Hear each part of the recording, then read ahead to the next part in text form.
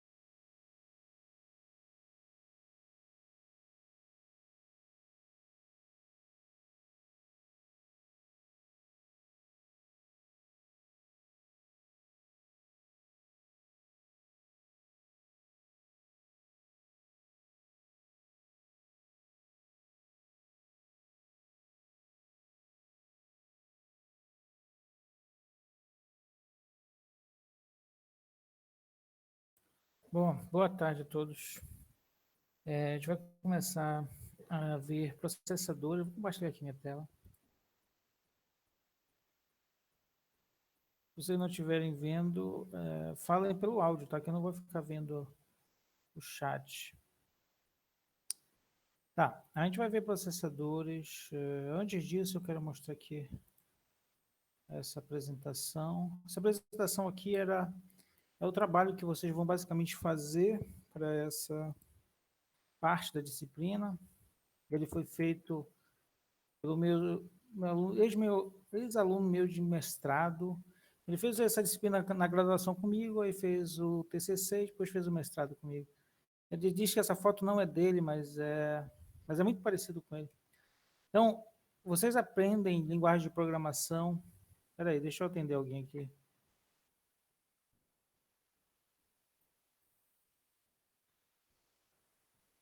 Então, vocês aprendem linguagem de programação justamente para não ter que passar por isso. Então, esse código aqui é um código equivalente ao que seria o assembly. Tá? Então, você tem um conjunto de bits que representam uma dada operação no computador. Por exemplo, uma soma, uma subtração, um jumper, que eu vou falar mais para frente. Vejam que eles estão aqui em hexadecimal, tá? Os bits que são usados para identificar a operação a ser feita. E aí, no computador, é basicamente isso. As instruções vêm de um programa, elas vêm seguidas uma das outras assim, e aí o processador vai executando essas instruções até executar todo o programa. Essa última instrução 000 ela é chamada de halt. Ela encerra o programa. Então, a gente vai ver isso com mais calma. Aqui ele está fazendo a soma, mostrar o maior de dois números. Espera aí, eu estou tentando de... Então, ele tá fazendo mostrar o maior entre dois números. Então, vejam que é esse código que eu preciso fazer nessa máquina. Então, cada máquina, cada computador diferente, seja um Intel, seja um smartphone, vai ter um conjunto de instruções diferentes. Tá? Por exemplo, algumas máquinas vão ter multiplicação, outras só vão ter somas, mas você consegue fazer a multiplicação usando soma. Né? E aí ele vai mostrando como é feito a programação desse computador para essa operação de verificar quem é o maior de dois números. A gente vai aprender isso daqui a pouco. E tem outro código aqui que é mostrar os valores de 0 a 10. Aí está aqui o código dele, tá certo? Para vocês não significa nada, é um conjunto de números hexadecimais, mas é assim que a máquina processa. Na verdade, pior que isso, né? Porque, na verdade, a máquina só enxerga bits. Então, você tem aqui palavras de... Na verdade, seriam 12 bits, né? Mas, na verdade, essa máquina ela só usa 11 de verdade, né? A gente vai ver mais para frente. Então, ela aí o programa vai seguindo, ele mostrou, e aqui é a piada dele. Tá. Então, isso aqui é só uma canja do que a gente vai ver ao final dessa parte da disciplina. Então, processadores, né? O processador, o que a gente pode... é o que controla tudo o que acontece numa máquina, né? Então, a gente pode considerar o cérebro de um computador, né? Então, aqui duas marcas diferentes, né? O AMD e o da Intel. E aqui temos uma foto de um processador com vários núcleos. Aí a pergunta que eu faço aqui, deixa eu fazer para o Henrique. Henrique, por que os computadores usam vários núcleos? O Henrique está por aqui, está aqui, Henrique. Henrique, por que tu acha que os computadores passaram a usar vários núcleos? Alô? Vocês estavam me ouvindo? Tô ouvindo, professor.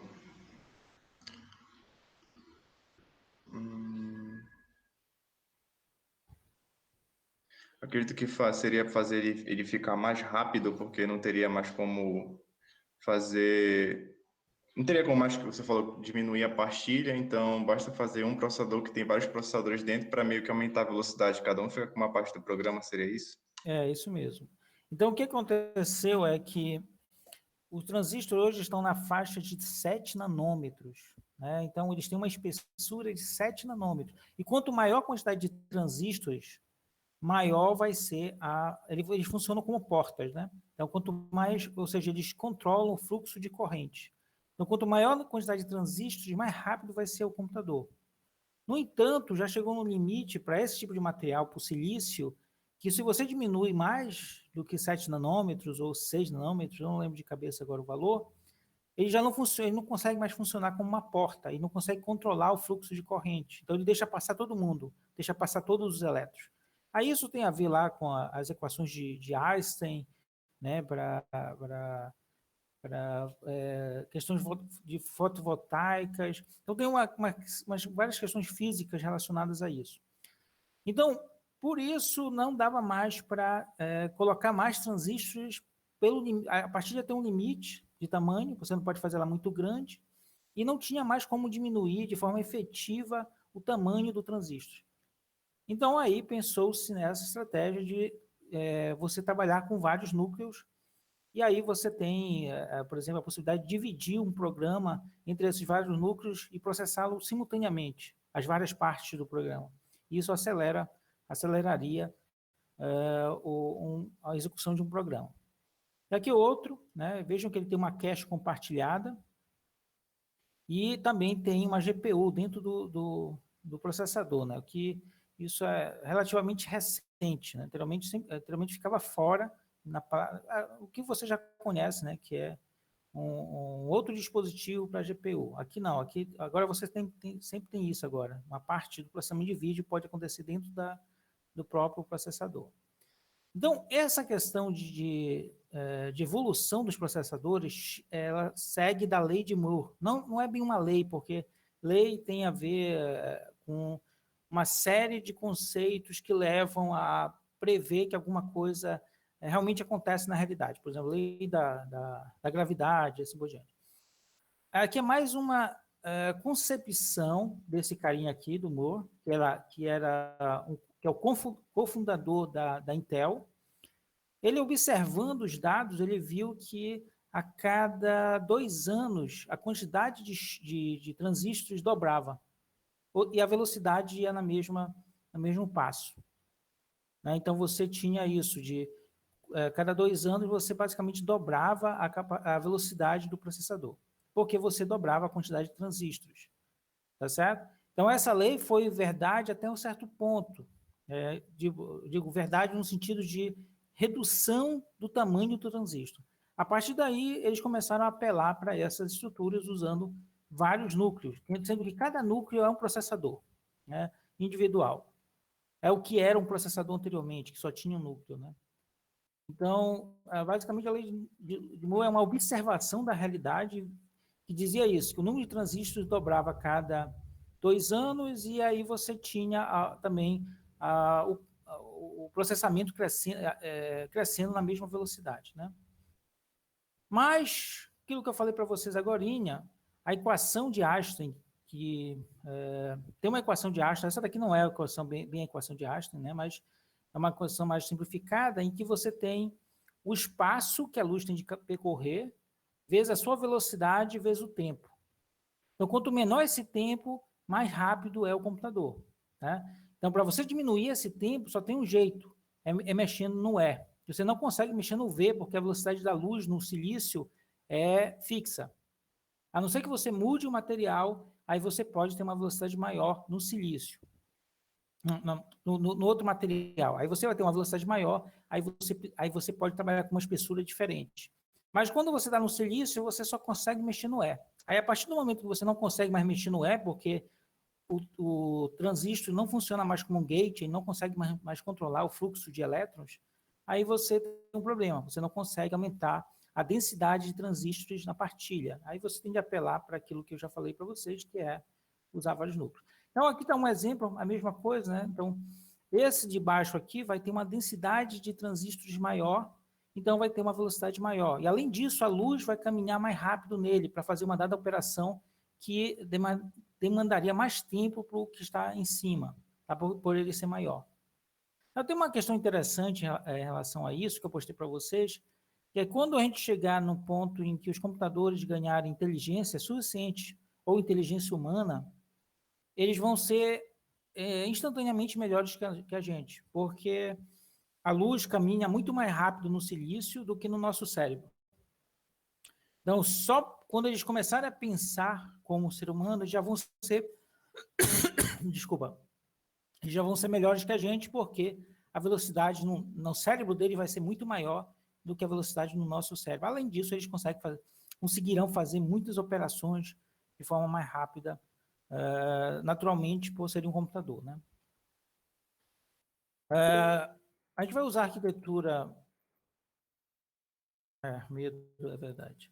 A gente vai usar a arquitetura que está no Monteiro. De novo, o Monteiro ele não trabalhava com vários núcleos, ele trabalhava com um núcleo só. Mas aí é uma questão de extensão, né? de escala. Eu só tinha um núcleo, mas cada núcleo, o núcleo que ele descreve aqui é como um núcleo individual funciona no processador atual. Então, se você entende como é feita a programação desse núcleo, você vai entender, vai começar a entender como é a programação desses processadores que têm vários núcleos. E aí, aquilo que eu falei para vocês, vocês não têm que se preocupar em programar em assembly. Foi o Luiz que falou na aula passada, se ia ser assembly. Assembly é isso aqui, tá certo? É um conjunto de códigos que se assemelham ao inglês, então fica mais fácil de... Desculpa, está muito seco aqui. Então, é um conjunto de símbolos ou palavras que representam esse conjunto de bits. Então, fica muito mais fácil de ler do que, por exemplo, bit. Bit é impossível a gente ler em linguagem de máquina. A gente consegue ler mais ou menos em assembly. Mas programar em assembly é muito difícil, é muito chato, é fácil de cometer erros, tá certo? Então, a linguagem de programação, elas convertem um código que é muito mais fácil para a gente ler para assembly, depois de assembly para linguagem de máquina. Então, isso aqui eu já mostrei para vocês, aquela coisa de sempre, né? Você tem os periféricos de entrada e saída, você tem os dispositivos de memória, que está todo mundo aqui dentro, tanto os discos rígidos, a cache, a memória RAM e a CPU, que é o cérebro do computador, né? E isso aqui eu já falei para vocês, mas só enfatizando, você vai ter os 3 barramentos, né? O barramento de dados, o barramento de endereço, o barramento de controle. E agora vai aparecer mais o barramento de controle, que vai estar ligado à unidade de controle do processador, que manda e que controla tudo o que acontece dentro da tua máquina, dentro de um computador. Tá? Então, aqui vocês estão vendo, esses 2 registradores aqui vocês já estão acostumados a ver, porque a gente estudou eles lá no tópico passado. Esse aqui é o registrador de dados, e esse é o registrador de endereços, tá? Ou de endereço. Então, esse aqui manda dados, informações, instruções, e esse aqui endereços para obter informações da memória. E o arranjo de controle, já falei, é para mandar sinais de controle para a memória e para o dispositivo de entrada e saída. Então, a CPU é o coordenador de todas as atividades de um computador. A gente pode chamar de cérebro, entre aspas, né? Calcula, computa, calcula, processa. É um dispositivo matemático, tá certo? Ele faz matemática o tempo todo. Então, todas essas coisas que vocês veem na tela bonitinho, desde um jogo, desde ver um vídeo no YouTube, ou acessar o Instagram, ou jogar, tudo é operações matemáticas, tá certo? São operações matemáticas acontecendo em altíssima velocidade. Então, o computador ele nasceu da matemática, ele ainda é matemática, apesar de não parecer tanto, mas ele é puramente baseado em matemática, tá certo? Por isso que vocês veem várias disciplinas ao longo do curso que tem matemática. Por exemplo, matemática discreta, que vocês vão ver mais para frente. E existem barramentos dentro do processador e barramentos externos a ele, e barramentos exclusivos, como o barramento, por exemplo, do processador para a memória cache. Então, a função do processador, a função básica do processador consiste em buscar, decodificar ou interpretar uma instrução e executar essa instrução, tá? E esse processo é denominado como ciclo de instruções. Então, o computador, desde que tu ligou ele, ou o teu celular, ele vai ficar fazendo isso o tempo todo, tá? Vai estar executando instruções de forma cíclica, sem parar, tá? Caracteriza um ciclo, pois as tarefas são executadas repetidamente, sempre, até que seja decodificada uma instrução que indique a parada do computador. Então, não tem jeito. Depois que tu ligou o teu computador, ele sempre vai estar nesse ciclo indefinidamente. Aqui está o nosso processador, e esses registradores, na prática, você vai ter eles dedicados a cada núcleo, mas eles vão existir para cada núcleo, tá certo? Então, você vai ter o RDM e o REM para buscar instruções ou dados na memória. Você vai ter o PC, ou CI, que é o registrador que indica a próxima instrução a ser executada. E você vai ter os registradores de dados aqui, que estão ligados com a ULA, com a Unidade Lógica Aritmética. É aqui que são armazenados os resultados das somas, subtrações, para serem depois enviados, por exemplo, para a memória principal ou para a memória cache, né? Aqui embaixo eu tenho outro registrador que recebe a instrução a ser decodificada. Então, esse registrador está ligado ao decodificador de instruções e à unidade de controle. A unidade de controle, através desse registrador, descobre o que é para ser feito, e ele, a partir dessa unidade de controle, que na verdade eu posso dizer que ela é o cérebro de verdade do computador, porque é ela que vai dizer o que vai ser feito a partir da instrução recebida. Tá? Então, ela vai controlar todo mundo para que aquela instrução seja executada. E eu tenho um relógio no meu computador, e eu já falei para vocês, tudo no computador é sincronizado, né? Então, eu tenho todo o tempo é um cristal, né, que fica dando uns tiques para sincronizar todas as atividades dentro do computador. Aqui está a ULA, é muito próxima do que a gente viu, né? Então, ela só vai ter mais sofisticação, ela vai ter, claro, a escala dela vai ser muito maior, vai ter várias ULAs dentro de um processador, e ela pode fazer, por exemplo, operações de subtração, de multiplicação, exponenciação. Então, vai depender da complexidade da tua CPU, né? Então, mas é basicamente aquilo que a gente viu, ela faz operações aritméticas e lógicas. Aqui uma coisa interessante que eu sempre falei para vocês, mas nunca dei um exemplo, a diferença entre palavras e células. Tá? Então, aqui eu tenho uma palavra, esse processador tem palavras de 8 bits, porque ele manipula 8 bits, tá certo? E ele tem, essa memória principal tem células de 8 bits. Então, a palavra é igual ao tamanho da célula. Agora, vejam que ele está somando esses dois números aqui, o A e o B. E o A e o B tem 16 bits. Então, para fazer essa soma, ele precisa fazer várias buscas na memória. Então, ele busca a parte inferior do número, de cada um dos números, do A e do B. Então, ele pega o 25 e 2C, faz a soma, e depois vai buscar a parte superior dos dois números para completar a soma, porque esses dois números têm 16 bits. Então, é um processo mais complicado para esse computador, para fazer essas operações que você tem palavra, que você precisa operar números maiores que a palavra e a célula. Mas você pode ter esse caso em que a palavra do computador, do processador, é 16 bits. A célula continua sendo 8, tá certo? Então, quando ele busca 2 células por vez para armazenar dentro da palavra que está dentro do processador, mas quando ele busca as 2 células de uma vez, aí já faz a operação e acabou. Nesse caso, não, ele tinha que ficar esperando a próxima célula, as 2 próximas células serem buscadas para completar a operação. Aqui ele já pode fazer de uma vez só, porque a palavra dele é igual ao tamanho dos operandos que precisam ser somados. Tá? Então, aqui a palavra é 16 bits e a célula é de 8 bits. Então, só para diferenciar bem para vocês essa questão. Então, está aqui a vida de um computador. Esse diagrama representa o que o computador faz. Ele busca a instrução na memória, interpreta a operação a ser realizada, busca os operandos. O que são os operandos? Por exemplo, se for uma soma, tu precisa buscar o A e o B para fazer a soma. Então, esses são os operandos. Executa a operação e escreve o resultado de volta na memória, tá certo? Então, ele faz isso até que você desligue o computador. Mostrando de uma forma mais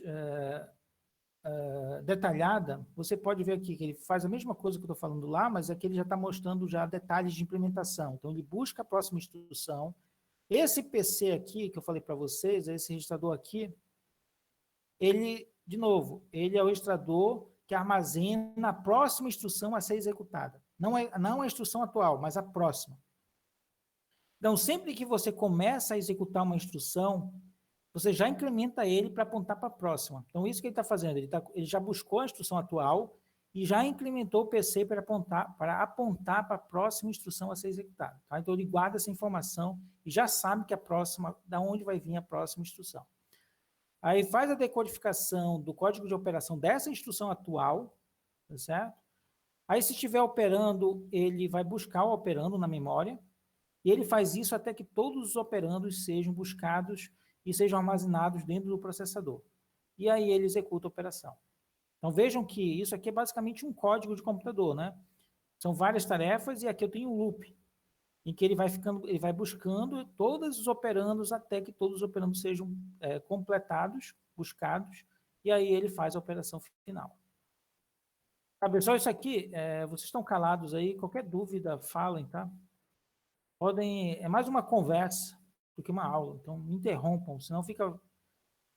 mas eu vou considerar que se ninguém falar, todo mundo está entendendo. Então, ó, aqui tem uma outra forma de mostrar esse diagrama, isso aqui chama-se pseudocódigo. Então, você tem aqui o início do ciclo. Então, esse RI aqui, ele armazena o quê? A instrução a ser executada, a ser decodificada. Então, ele está pegando da memória, indexando a memória com o que está armazenado dentro do PC. Aí eu falei, PC armazena o quê? O endereço da próxima instrução a ser executada. Então, ele está jogando dentro da memória para pegar o conteúdo da memória nessa posição desse PC e jogando no RI. E aí ele vai usar o RI para decodificar e descobrir o que é para ser feito, decodificar a instrução. Vejam que logo em seguida ele já incrementa o PC para apontar para a próxima instrução a ser executada, porque o PC sempre faz isso, ele aponta para a próxima instrução a ser executada. Então, ele faz a interpretação do código de operação. Enquanto houver operandos não carregados, ele busca os operandos. Ele está usando o PC aqui também para fazer essa busca de operandos. Tá? Quando ele... acho que foi uma pergunta do Henrique ou do Alfredo. Falava, como é que eu descubro onde está o que precisa ser manipulado ou operado ou somado ou subtraído? Está na própria instrução, tá certo? Dentro da instrução, ele tem o endereço do operando. Então, ele pega esse endereço desse operando, joga no PC, em algumas máquinas ele vai jogar no PC, e a partir do PC vai para o REM, e aí ele vai buscando os operandos de forma consecutivas. Outras vezes, ele joga direto para o REM e já busca aquele operando para dentro do RDM. Então, tem duas arquiteturas diferentes. Ele pode usar o PC para recursivamente consecutivamente buscar os vários operandos, ou ele pode jogar por REM, e aí o REM já passa para a memória e busca o operando para dentro do RDM. E aqui ele executa a instrução e depois continua o processo indefinidamente até que o computador seja desligado. Então, de novo, só repetindo, são várias formas de ver isso. Tá? O diagrama, um pseudocódigo e aqui uma outra forma de ver isso. Então, copiar o PC para o registrador de endereços da memória. Então, o PC aponta para a próxima instrução a ser executada e está jogando no REM porque ele quer buscar a instrução. Então, ele lê a instrução para o RDM e do RDM vai para o RI, porque o RI ele armazena a instrução a ser decodificada. E atualiza o contador de programa, que é o PC, para apontar para a próxima instrução a ser executada. Depois ele faz, como a instrução já está no RI, ele faz a decodificação, a unidade de controle faz a decodificação da instrução para descobrir o que é para ser feito, e aí ele faz a operação propriamente dita, buscando os operandos, jogando, por exemplo, se for uma soma, ele vai acessar a ULA e vai jogar os dois operandos para a ULA fazer a operação de soma. Tá? E depois ele faz a escrita dos operandos na memória. Na verdade, a escrita do resultado, né? Porque você pode operar e alterar os dois operandos ou alterar um operando e aí você reescreve ele na memória para ser usado por outro programa, por exemplo. Sim, professor. Fala, Henrique. Tanto as instruções quanto os dados, eles são armazenados sequencialmente na memória, é assim? Mas eles ficam separados assim um do outro, né? Ou ficam tudo misturado? Não, ficam separados. As instruções, o programa em si fica uma instrução próxima da outra, os dados ficam em outras posições completamente diferentes, mas também seguidos um do outro. Entendeu? Então, não necessariamente eles vão estar próximos, as instruções e os dados, dentro da memória RAM. Mas eles realmente ficam consecutivos, né? Um seguidos do outro, mas em posições diferentes, os dados e as instruções. É por isso que só ocorre aquele incremento mesmo lá da instrução, né? Porque a próxima já está... Isso mesmo. Isso. Ele só faz um incremento de um ou, dependendo da quantidade de células que a instrução ela ocupa, ele vai fazer de 1 ou de 2 ou de 3. Por exemplo, se ela ocupar 2 células, cada instrução ocupar 2 células, ele vai de 2 em 2, porque elas vão estar sequencialmente seguidas uma da outra. Isso mesmo. Ok? Ok. Entendi. Unidade de controle.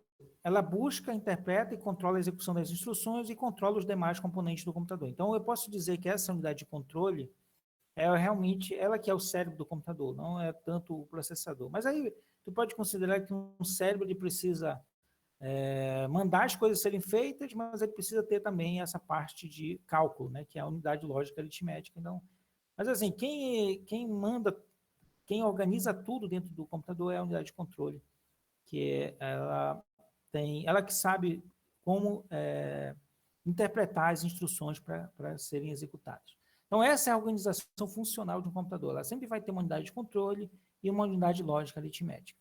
E a unidade lógica aritmética, vocês já estão acostumados, né? Ela faz somas, subtrações e assim por diante.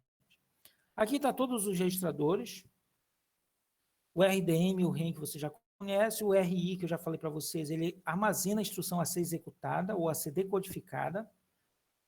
No livro, ele às vezes fala CI, tá? CI quer dizer contador de instruções, e PC é em inglês, tá? A mesma coisa, só que em inglês, PC. Então, vocês vão ver as duas formas, CI ou PC.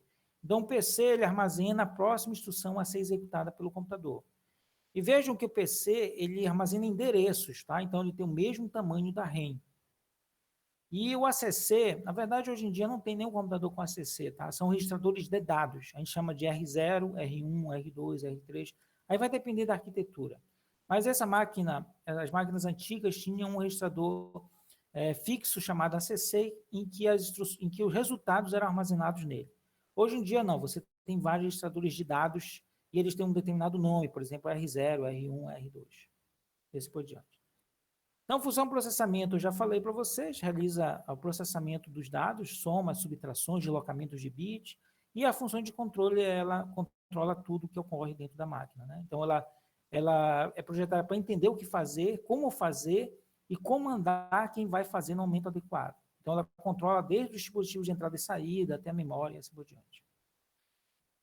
Aí, aqui, de novo, a arquitetura. Então, vejam os dois barramentos aqui, os decodificadores, relógio, então isso eu já falei, na verdade.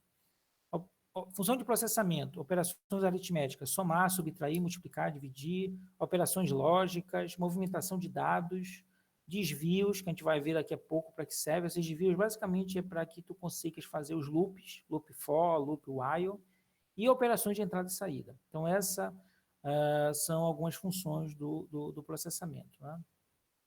Então, quem vai estar relacionado ao processamento vai ser a ULA e vai ser o ACC, ou registradores de dados. São eles que fazem todas as operações que eu falei lá. Mas assim, eu incluiria também o RDM e o REM, né, já que a partir deles é que os dados vão chegar no ACC. E o REM precisa para que eu coloque o endereço do operando que vai ser buscado. Mas aí, ou seja, é uma área cinza, né? Porque isso aqui é mais, posso dizer que isso também é unidade de controle, que na verdade isso é unidade de controle, e aí dizer que as operações de soma, subtração são feitas apenas por essa parte aqui mesmo. Tá, pergunta para o Felipe. Felipe está aí.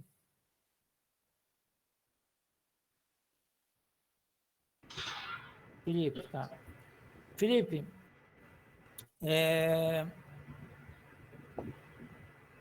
quando uma instrução chega, ela chega por qual registrador?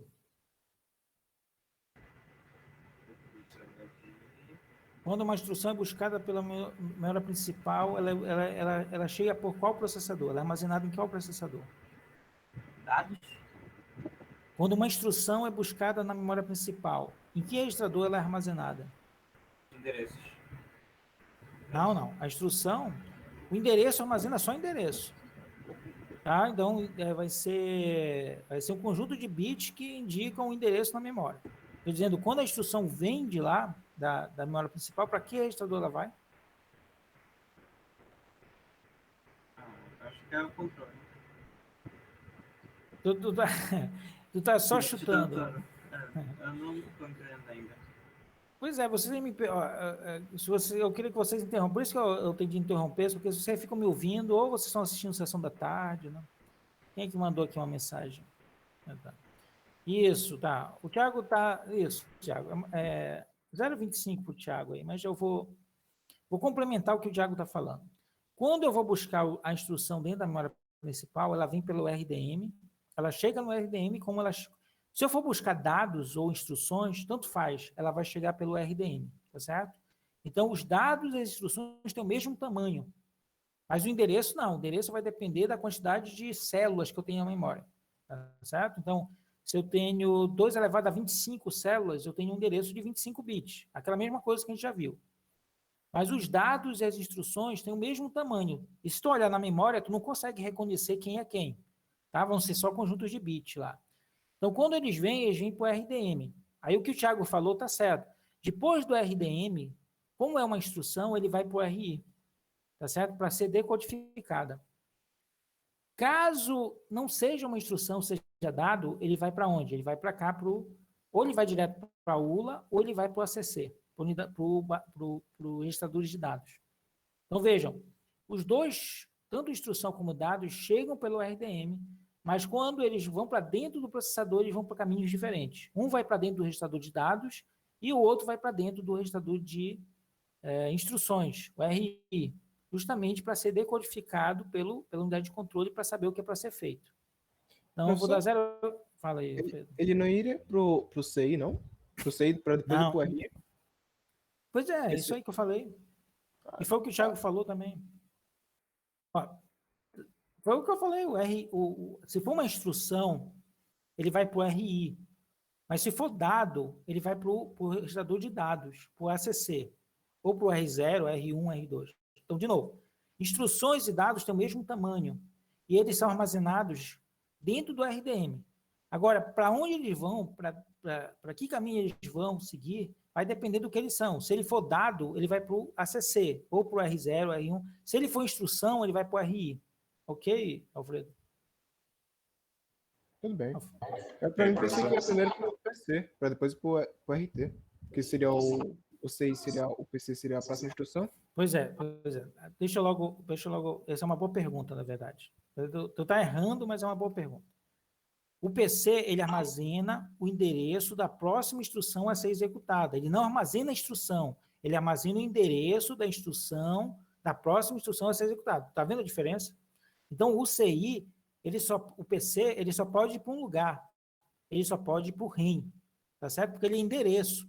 Então, se você tem uma memória de 2 elevado a 25 bits, células, e você tem um endereço de 25 bits, o REM vai ser 25 bits e o PC vai ser 25 bits, porque são endereços. Então, o PC, ele não armazena a instrução, ele armazena o endereço da próxima instrução a ser executada. Então, quando você vai buscar a próxima instrução, você joga o PC no REM, tá certo? Porque ele é endereço. Fala lá, Henrique. Professor, uma dúvida. A instrução, como a instrução ela carrega o código da operação e o endereço dos operandos, então ela sempre vai ser bem maior que o endereço, né? Então o RDM vai ser sempre muito maior que o REM, seria isso? Vai ser maior, vai ser vai ser isso. Vai estar o endereço dos operandos mais o código de operação, isso mesmo. Entendi. Mas assim, presta atenção uma coisa, Henrique, vai ser maior. Mas o tamanho da célula, por exemplo, por isso que uma instrução ela pode ocupar mais de uma célula. Sim.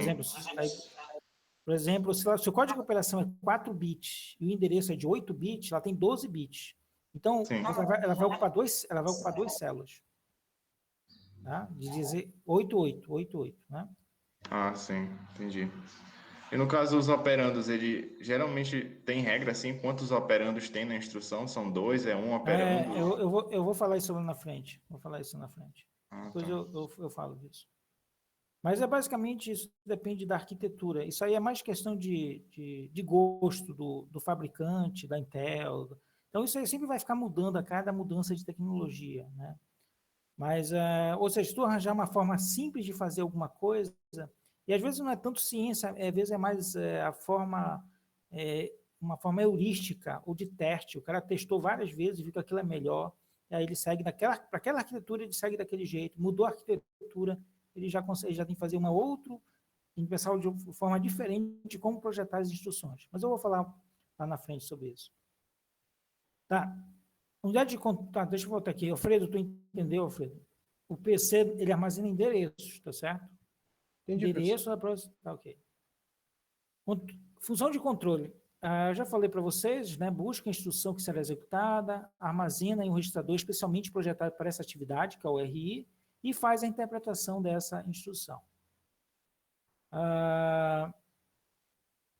Tá, e a unidade de controle gera todos os sinais necessários para controlar o computador. Eu estou me repetindo, mas isso é mais para enfatizar mesmo quando vocês estiverem lendo essa apresentação. Então, olha, a cara da unidade de controle é mais ou menos essa aqui, tá? Você tem um registrador de instrução aqui em cima, você tem um decodificador que decodifica essa instrução, passa para a unidade de controle, e a unidade de controle começa a executar a instrução.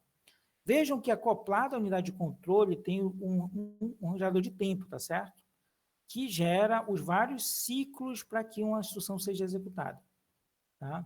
Então, de novo, não consigo fazer nada. Se queimar esse teu relógio no teu computador, o teu computador para de funcionar, porque não tem como funcionar, já que ele tem que sincronizar as atividades dentro do computador. Tem uma história interessante. O cara que inventou esses cristais para relógios, né, os relógios digitais, ele ofereceu essa tecnologia para os suíços, porque era novo, né? Aí os suíços eles estavam acostumados a fazer aqueles relógios bastante sofisticados, mas analógicos. E eles não botaram muita fé nesse negócio do cristal, tá certo? Então eles disseram, não, a gente prefere a nossa tecnologia, ela é precisa, tal. E eles rejeitaram simplesmente. E aí esse cara vendeu para outro, né, que não tinha esse paradigma na cabeça, e aí o relógio digital acabou suplantando o relógio analógico, que era a especialidade. Hoje em dia, eu acho que só compra quem é colecionador e tal. Hoje tudo basicamente usa relógios digitais, né? Desde um celular até um relógio mesmo. Né? Só interessante. Professor, Então, um relógio... Fala. Quem é que tá falando? sou eu, Rafael. No caso desse gerador de tempo, ele seria o clock do processador? Isso mesmo. Ah, sim. Então, quanto Obrigado. mais rápido esse clock, mais rápido o computador, né? E aí, olha, esse relógio, ele tem um tempo básico e ele é quebrado em vários pequenos tempos, tá certo? Porque uma instrução, ela é executada com pequenas microtarefas. Então, você faz pequenas microtarefas para executar uma dada instrução. Por exemplo, está aqui o T0, o tempo T0, ele foi quebrado em vários pulsozinhos para fazer cada um. Então, ele foi quebrado em 6. Então, tenho 6 micro-operações que eu faço em cada intervalo de clock, tá? Então, por exemplo, deixa eu dar um exemplo aqui para ficar mais claro para vocês. Por exemplo, a instrução load, que é para carregar alguma coisa da memória, ela é quebrada em 3 micro-operações. Uma para carregar do CI para o REM, o CI é o PC, tá certo? No T1, ele incrementa o CI e já joga da MP para dentro do RDM e depois da RDM para o RI no tempo T2. Então, uma instrução load, ela tem 3 passos nessa arquitetura, tá certo? Mas isso sempre vai acontecer em outras arquiteturas. Ela pode levar mais passos ou menos passos, dependendo do projeto. Mas é importante vocês entenderem isso, que eu tenho um tempo T0 fixo, que é o clock, que o Rafael falou, e dentro dele eu faço pequenas quebras para executar micro-operações que, no final, vão executar uma dada instrução. Por exemplo, como eu mostrei aqui no load. Tá?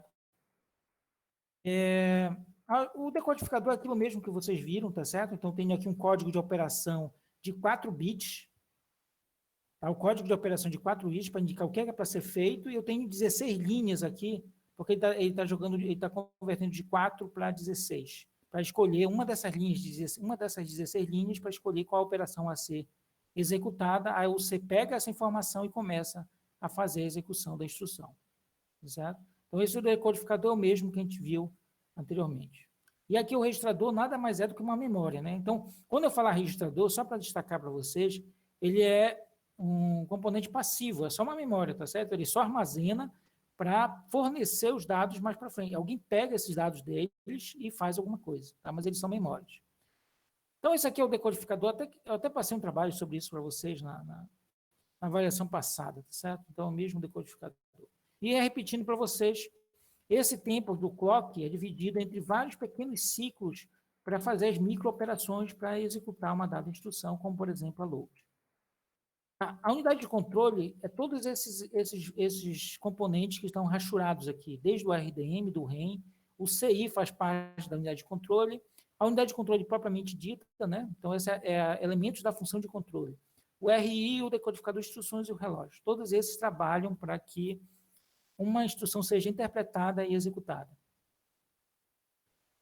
A medida de desempenho, como é que eu meço? Você já sabe, né? A quantidade de instruções por segundo, né? Então, quando tu vai lá numa loja comprar um computador, tu vai olhar o clock para saber quão rápido é aquele computador, né? Então, você pode ter algumas medidas como milhões de instruções por segundo, ou você pode ter operações de ponto flutuante, no caso, se for uma GPU. Quantas operações de ponto flutuante ela consegue fazer por segundo? Geralmente, hoje em dia você já tem a ULA dentro, a GPU dentro do processador, então essa é uma outra medida que pode ser também usada para verificar o quão é o desempenho daquele processador para processar vídeo, tá certo?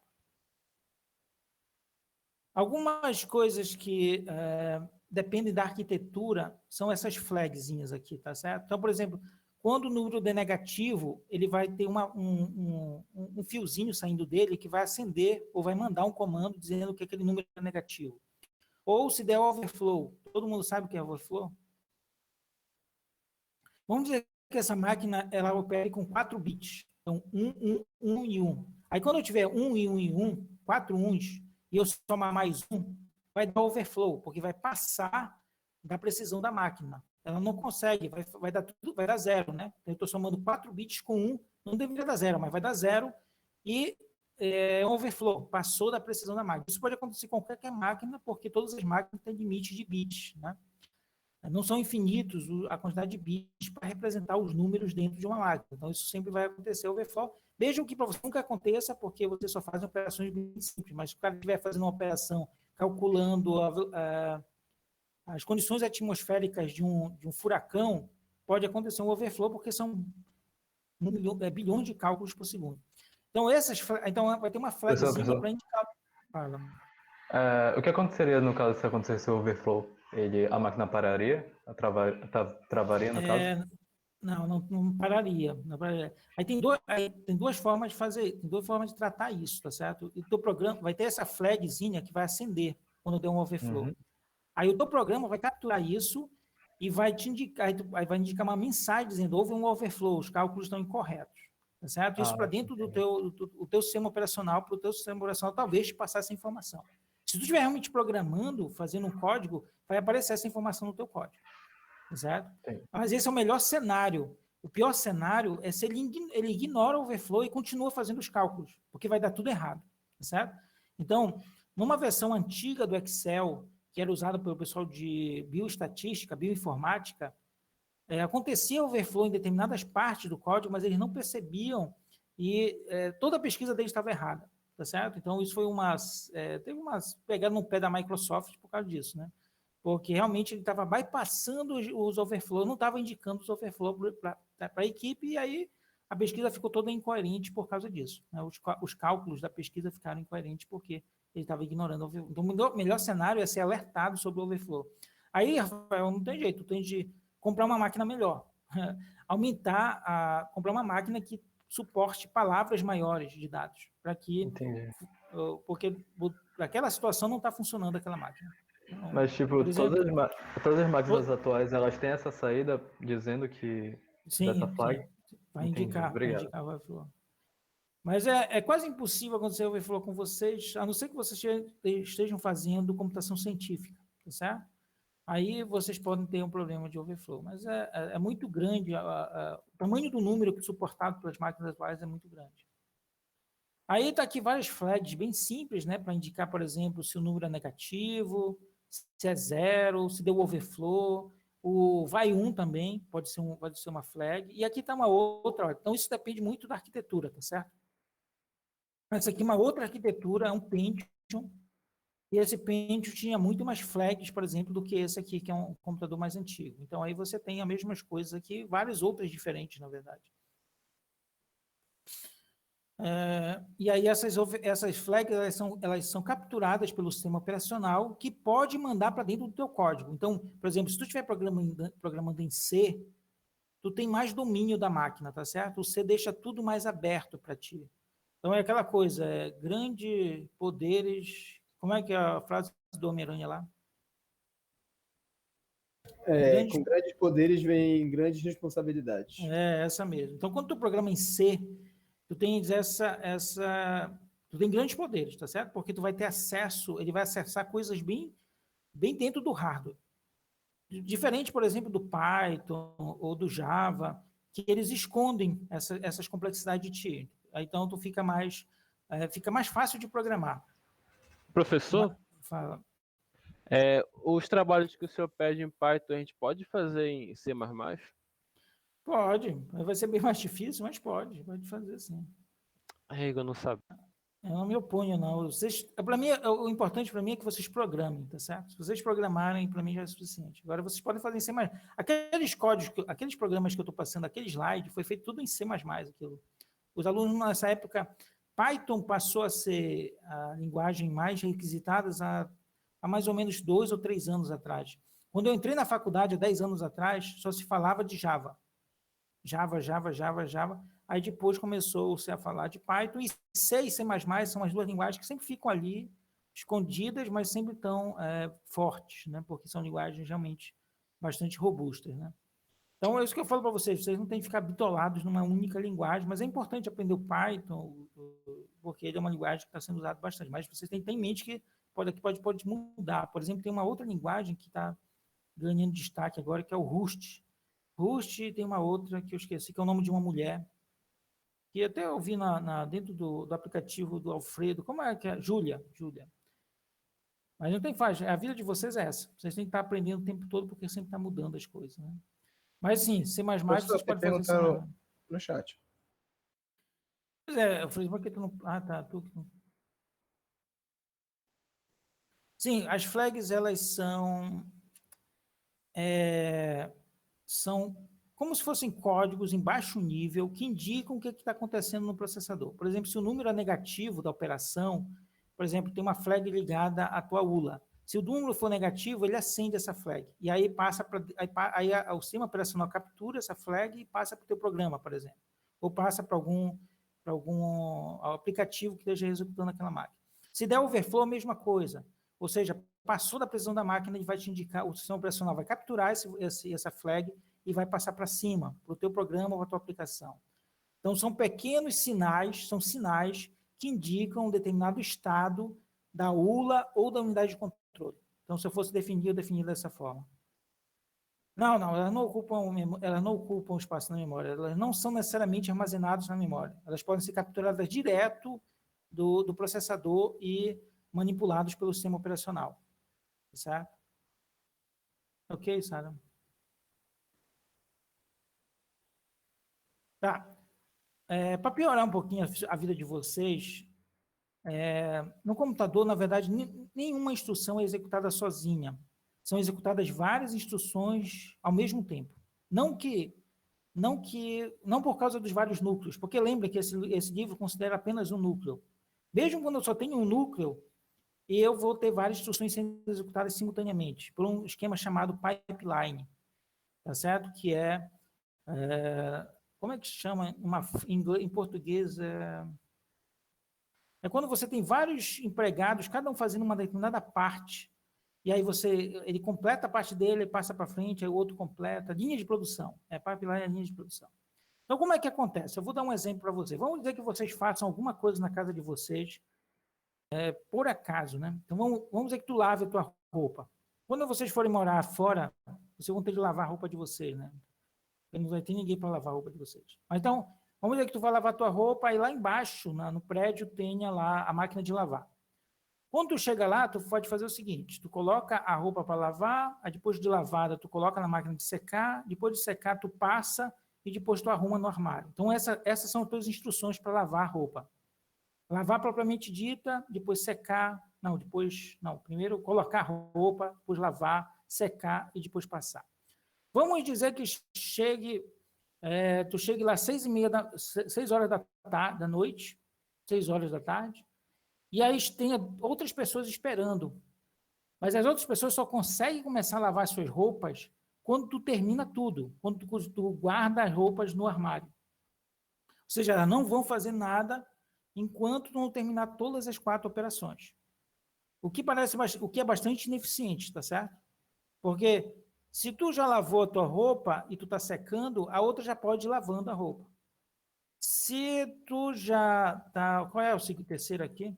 Se tu tá passando a tua roupa, a que terminou de lavar já está secando e outra pode começar a lavar. E assim por diante. Então você consegue fazer, olha, vejam que aqui eu levei, a última pessoa saiu 2 horas da manhã, lavando roupa. E aqui terminou 9h30. Então eu consegui fazer muito mais coisas num tempo muito mais reduzido, fazendo várias operações, várias instruções simultaneamente. Então isso também acontece no computador. Então, você tem várias micro-operações, são aquelas micro-operações que eu falei para vocês, que são essas aqui, T0, T1, T2. Então, você pode também fazer isso. Então, você tem a parte de buscar instrução, decodificar, busca do operando, execução e armazenamento. Então, enquanto a primeira ela busca a instrução, depois que ela buscou e ela está decodificando, eu já posso buscar a próxima instrução. Tá? Começar a busca da próxima instrução, na verdade. Depois que essa terminar a decodificação, a segunda faz a decodificação e uma terceira é buscada. E aí, no final, você vai ter a cada micro-operação uma instrução sendo executada, quando ele entrar em regime, aqui embaixo. Quando todo mundo já tiver num determinado estágio. Quando todos os estágios estiverem sendo ocupados, cada instrução não vai sair num determinado ciclo de clock, ela vai sair a cada microciclo de clock, justamente porque elas estão a cada microciclo, ela não vai sair no clock, ela vai sair a cada microciclo. E aí, justamente porque você está ocupando outros estágios do processador, fazendo outras operações. Todo mundo entendeu isso? Sim. Então, isso aqui é como o computador funciona de verdade, tá certo? Além disso, pessoal, ainda tem multiprocessamento, porque além dela estar fazendo isso, esse pipeline está dividido no tempo. Enquanto ele executa isso aqui num 1 milissegundo, esse pipeline, ele está executando no milissegundo seguinte, ele está executando outro pipeline. Aí depois, ou seja, ele fica fatiando o tempo, ele fica indo para esse pipeline, executa um pouquinho, vai para o outro pipeline, executa um pouquinho, e aí ele fica fazendo isso. Então, aí você ganha também porque você parece estar sendo simultaneamente executado esse pipeline, mas eles estão sendo executados em tempos diferentes. Mas como é muito rápido o chaveamento entre um tempo e outro, fica parecendo que elas são simultâneas. E, além disso, agora tem os núcleos. Então, todas essas são estratégias para que você tenha computadores cada vez mais rápidos. Além do pipeline, além do multiprocessamento, você tem vários núcleos fazendo isso. Então, isso aqui, esse pipeline, acontece por núcleo, tá certo? Então, imagina o quanto de ganho você tem. Agora, é claro... Fala, Henrique. O multiprocessamento são vários pipelines no mesmo núcleo, seria isso? Isso. São vários pipelines no mesmo núcleo. Cada um sendo processado num determinado intervalo de tempo, que ele fica indo e voltando. Ele processa um pouquinho o pipeline, depois ele vai para o outro pipeline, processa um pouquinho. Então, anteriormente, quando só tinha um núcleo, você, por exemplo, você estava executando o Word, você poderia acessar a internet. São duas tarefas diferentes, mas você conseguia fazer porque ele ficava chaveando entre uma e outra. Mas para ti parecia ser simplesmente simultâneo, né? Ele estava parecendo que ele estava fazendo as duas coisas ao mesmo tempo. Sim, sim. Se não, ia ficar assim, tu ia usar o Word, aí tu mandava ele fazer, ele não ia conseguir fazer outra coisa. Mandava ele fazer outra coisa e não ia conseguir, porque ele só conseguia fazer. Geralmente os celulares eram assim, né? Eles só conseguiam fazer uma dada atividade por vez. Hoje que eles já são multitarefa também. Mas é isso, Henrique, é isso mesmo. Tá, mas aí, na prática, você também pode ter problemas, né? Você pode ter conflitos estruturais de dados, de controle. Por exemplo, estruturais. Ocorre quando 2 ou mais estados do pipeline tentam acessar o mesmo dispositivo de hardware simultaneamente. Então, 2 instruções estão mexendo, por exemplo, com a tua caixinha de som. Aí pode dar problema, tá certo? Porque elas podem estar fazendo isso simultaneamente. Elas podem estar brigando por aquele dispositivo e aí vai dar problema. Dados, a mesma coisa. Elas podem estar acessando o mesmo dado. 2 instruções podem estar acessando o mesmo dado e elas estão sendo executadas entre aspas, simultaneamente, então também pode dar problema. E o conflito de controle ocorre quando instruções de desvio, que eu vou falar daqui a pouco, que fazem com que a instrução ela fique temporariamente parada para executar alguma coisa que está antes dela. Então acaba ficando lugares vazios no teu pipeline, que são bolhas. Mas esse é o menos problemático. Apenas vai perder eficiência porque vão ficar espaços vazios aqui nessa pipeline. Mas não é tão problemático como os dois primeiros lá. Então, e além disso, no teu computador, tu ainda tem unidades que fazem tarefas específicas, como, por exemplo, processamento de pontos flutuantes, processamento de inteiros e assim por diante. Então, por exemplo, aquela parte da GPU, ela vai processar números de pontos flutuantes, certo? Por exemplo, cálculos de velocidade, de distância, tá? No início, do lançamento do PS4, a NASA ela empilhava esses PS4s para fazer cálculos matemáticos de balística lá, por causa do poder de processamento deles, né? Mas para fazer cálculos de ponto flutuante, né? Quem que está chegando agora? Tá. Então, pessoal, aí essa é a primeira parte. Deixa eu agora falar de instruções para vocês. Aí aquilo que o Henrique estava falando agora, vou responder a pergunta dele. Então, isso aqui é a tua máquina. Agora, vejam que eu tenho a unidade de controle e aqui ele já não está mais chamando de ACC, tá certo? De uma forma mais realística, porque dentro do computador você tem vários registradores de dados que armazenam os operandos para serem processados. De novo, vou repetir para vocês. Esses caras aqui armazenam dados, o CI armazena endereços, o endereço da próxima instrução a ser executada, o REM armazena endereços, o RI armazena as instruções a serem executadas, ela tem do mesmo tamanho do RDM e o registrador de dados também tem o mesmo tamanho do RDM. Então, o que é uma instrução? É um conjunto de bits que indica uma ação ou operação a ser realizada. Um processador tem uma capacidade de realizar uma certa quantidade de operações bem simples, primitivas, cada uma delas associada a uma instrução de máquina. Por exemplo, vai ter uma máquina que vai fazer soma, subtração, mas ela não vai ter exponenciação e nem multiplicação. Então, as duas operações primitivas delas são soma e subtração. Mas você consegue fazer multiplicação e exponenciação, tá certo? Só que você vai ter... isso é bom porque você diminui o hardware. Porque se você colocar exponenciação e multiplicação, você vai aumentar o hardware. Então, tem vários compromissos aí que os fabricantes fazem para escolher o conjunto de operações, de instruções de uma máquina. Por exemplo, a Intel 8080 tinha 78 instruções, o Pentium 4 já tinha 247 instruções, já tinha mais instruções, mas o anterior a ele tinha 286, ou seja, houve uma queda aqui. Então, começou pequeno, aumentou de novo, aí diminuiu. Então, depende muito da estratégia do fabricante. Então, essas instruções elas vão guardar informações como, por exemplo, para fazer operações matemáticas, movimentação de dados, entrada e saída, se é para mandar alguma coisa para entrada e saída, para impressora, por exemplo, e desvios para controlar o fluxo do teu código. Por exemplo, loop for, if e assim por diante. Então, aquilo que eu já tinha mostrado para vocês, né?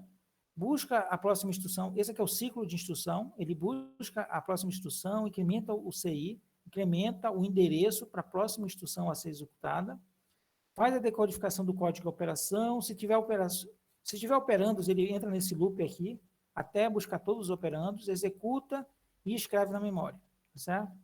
E aí ele começa a fazer a próxima instrução que está aqui dentro do teu CI.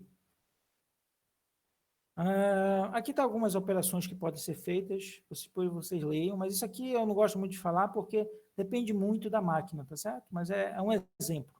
Mas cada máquina vai ter o seu conjunto definido de instruções. Aí aquilo que o Henrique estava perguntando pois é, Henrique, vai depender da estratégia, mas em geral você vai ter um código de operação e um endereço dos operandos. Aí você pode ter esse tipo de instrução aqui, com um único operando, ele busca o operando, mas ele já sabe que ele já buscou os outros. Por exemplo, se for uma operação de soma, antes da soma, tu tem um load para te carregar o outro operando. Tu carrega o outro operando e depois aplica o add endereço para buscar o segundo operando. Então, nesse caso, tu precisa te preocupar em buscar o operando extra para poder fazer a operação de soma.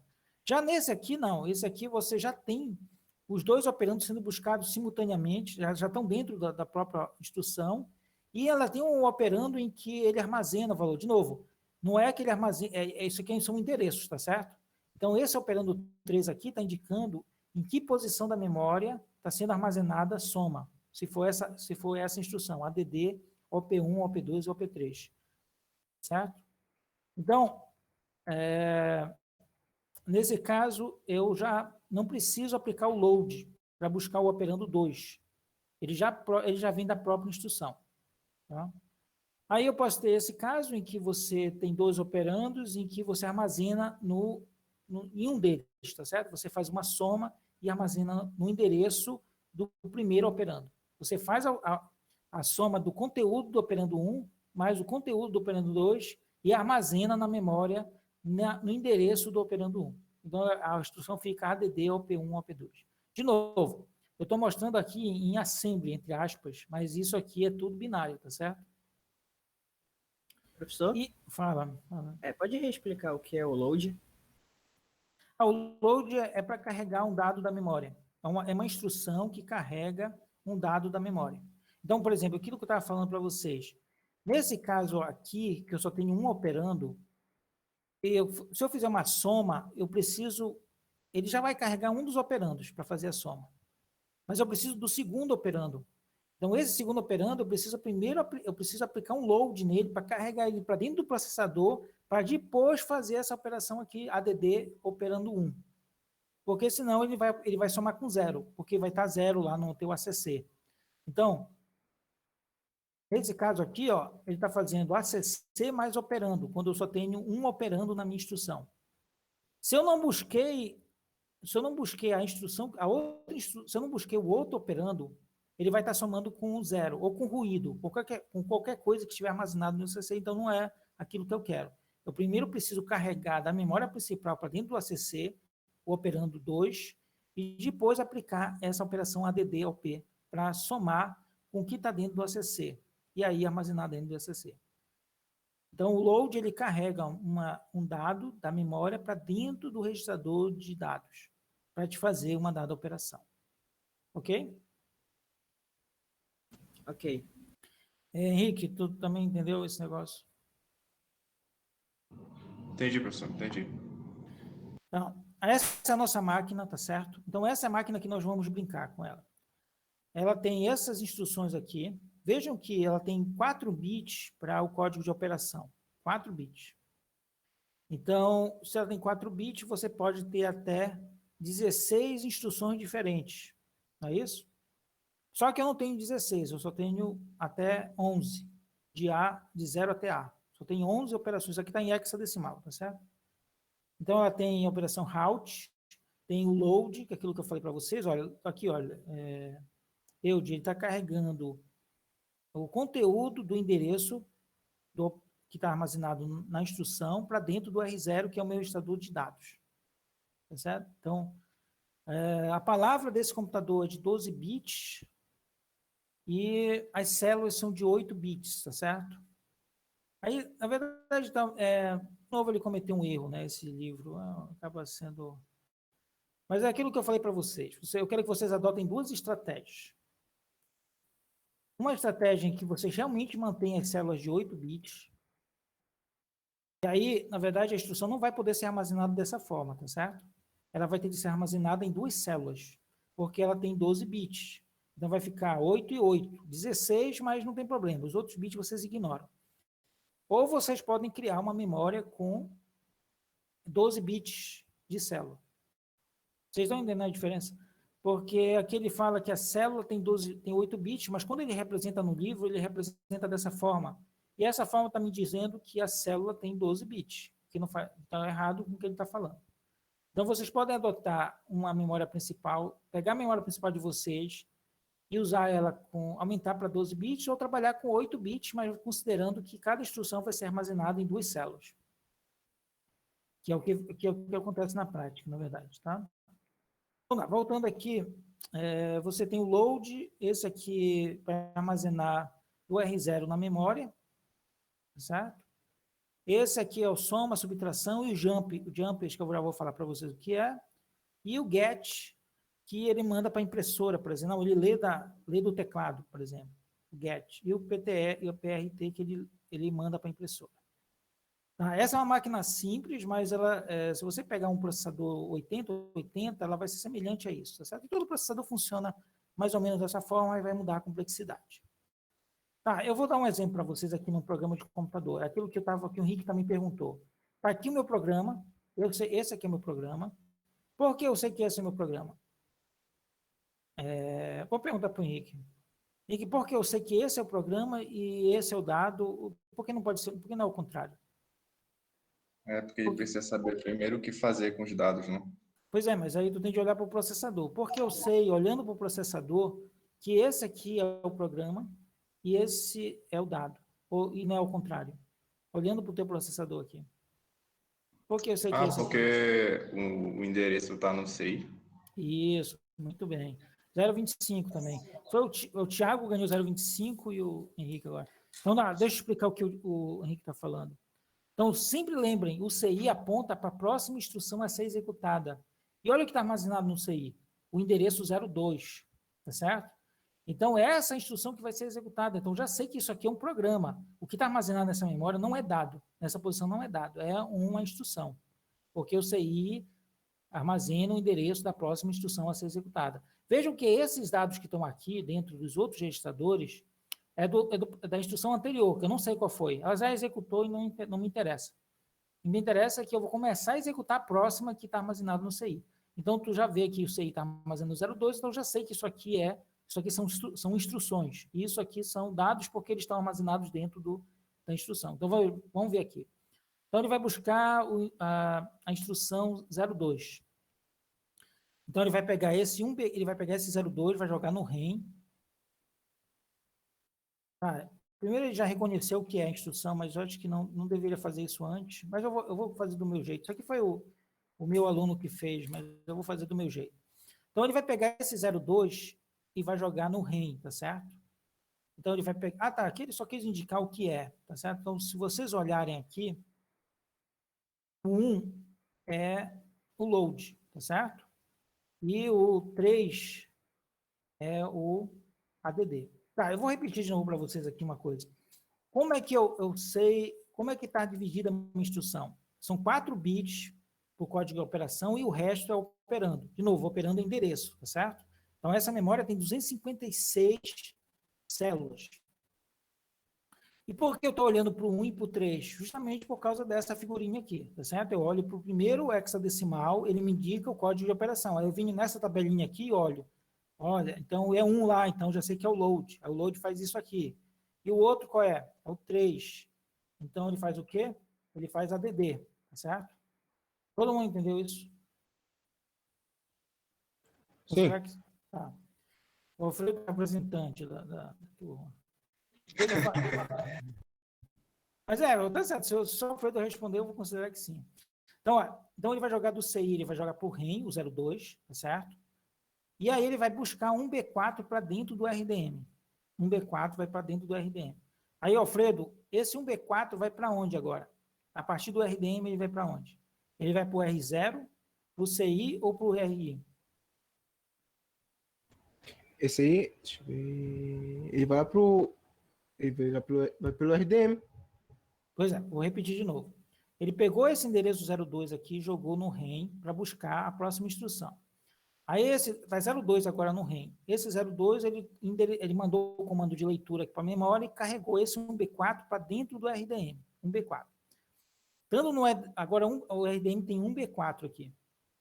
Agora, para onde vai esse 1B4? Para que registrador ele vai? Deixa eu ver aqui. Ele vai lá pro RI, que vai para a ULA.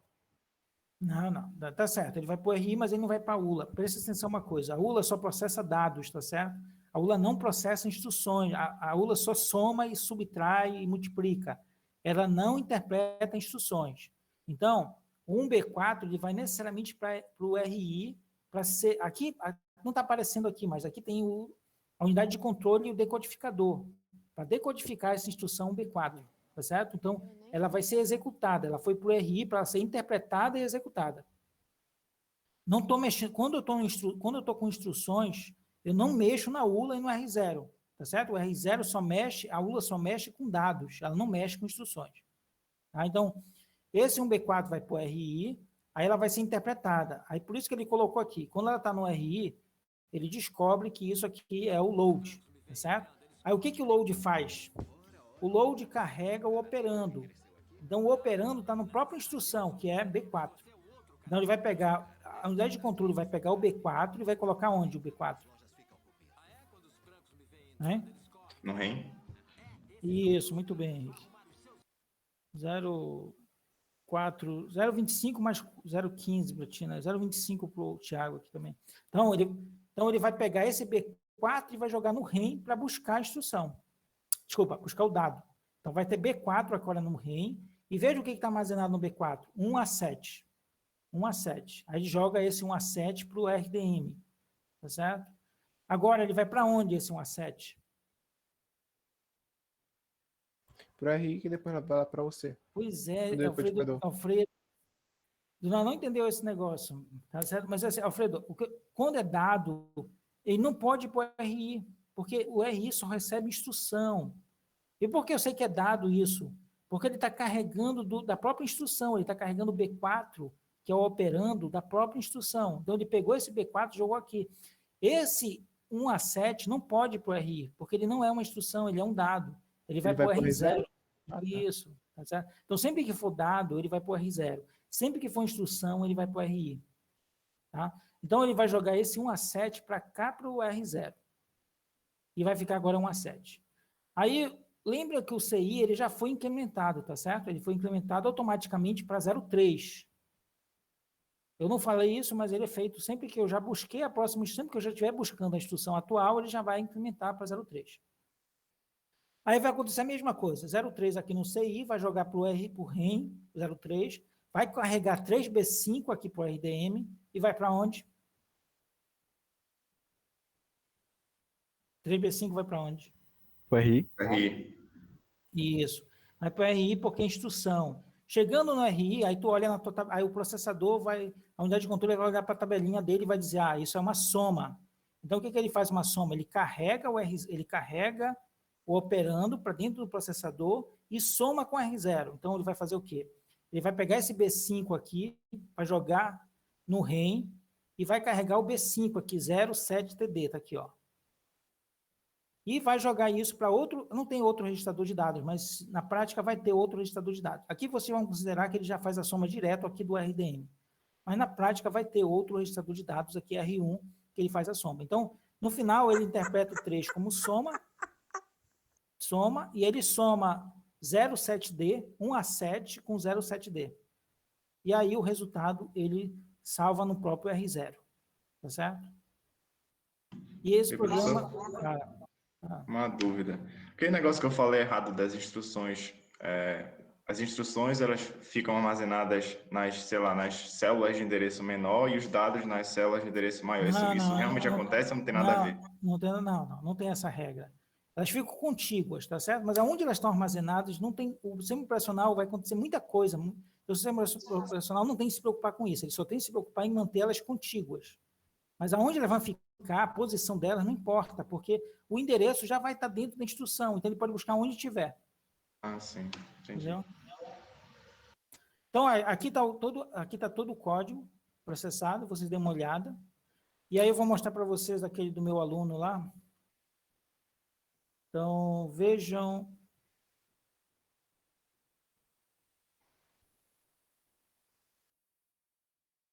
Vou mostrar o jump para vocês, o jump. Uma coisa que você tem que prestar atenção, esse código aqui, que eu mostrei para vocês, ele tem um erro. Qual é o erro? Cadê? Ele tem um erro porque ele não tem um route, tá certo? E aí, o que ele ia fazer? Ele ia continuar tentando executar as outras coisas que estão seguindo dele aqui. Ia ser problemático, porque ele ia executar coisas que não tem nada a ver. Podia, por exemplo, ter um conjunto de dados aqui que ele continuaria pensando que é instrução e continuar executando. Então, tem de ter uma operação route para parar o teu programa, e isso acontece na prática. O o próprio compilador coloca esse route no teu código binário para indicar quando o programa termina, tá certo? Então vejam que nesse programa aqui sempre tem um route 000, para justamente ele saber onde parou. Então bora ver esse caso aqui. Professor, o route fica no final do bloco, Isso, da no última final linha, né? das instruções, isso mesmo. Mas no caso a instrução é fatiada nos blocos. Fatiada nos blocos, É dividida, no caso. nas células. É. Certo. É, sim, nas células estão dentro do bloco. No caso, a instrução pode passar de um bloco para o outro para terminar, ou não? Isso vai depender muito da arquitetura, mas assim, geralmente um bloco ele vai ser suficientemente grande para carregar, por exemplo, um pequeno loop. Então aquele loop todo fica dentro de um bloco. Mas é difícil um programa todo caber num bloco. Então ele vai ser realmente quebrado o programa em vários blocos para ir para cache. Agora, geralmente o que acontece é que a cache L3 ele vai carregar todo o programa na L3. Na L2 vai carregar apenas partes do programa. E na L1 vai carregar loops ou segmentos, pequenos segmentos do programa. Entendeu? Então, geralmente é essa a regra que acontece na prática. Mas isso não é escrito na pedra, isso pode ter pequenas variações em relação a isso. Mas a cache, ela carrega todo o código principal, a cache L3, a L2 carrega parte desse programa, subrotinas, funções, e a L1 carrega loops, que estão dentro das subrotinas e funções. Você já sabe o que é funções, né? O que são funções, né? Vocês aprenderam funções? Sim, No caso, em um programa de 1 GB, ele vai carregar só Não, o... nunca vai. Não, não o vai programa de tudo, 1 né? GB é impossível. Pois é. Mas assim, código ocupa espaços pequenos, tá certo? Não tem programa de 1 GB. O que tem dados de 1 GB. Se o teu programa está 1 GB, tu pode fazer alguma... Mas assim, dificilmente um programa chega a esse tamanho. Tá certo? O que acontece são os dados que estão associados a ele que ocupam 1 GB, os dados. Mas o que é para fazer, às vezes é um loop. E um loop ele está fazendo 1 milhão de operações, que é 1 GB de dados. Mas o tamanho do loop é bem pequenininho, tá certo? São 4, 5 ou 6 instruções. Entende a diferença? Entendi. Então vamos ver esse programa aqui. Um B4 vocês já sabem o que é, né? Deixa eu pegar minha tabelinha aqui, que eu não sei de cabeça isso. Um B4 é para carregar o que está armazenado em B4, 2 B3 aqui, tá certo? Não, eu vou fazer o seguinte, eu vou... meio ponto. Não, um ponto para quem me interpretar. Eu vou mostrando a tabelinha aqui, aí tu vai me interpretando isso. Vai lá, quem faz isso? O que é para fazer mesmo? É para verificar, mostrar o maior entre dois números. E eu ajudo. Bora, quem faz? Quem se candidata? Hein? Eu posso fazer. Vamos lá, Henrique, vai lá.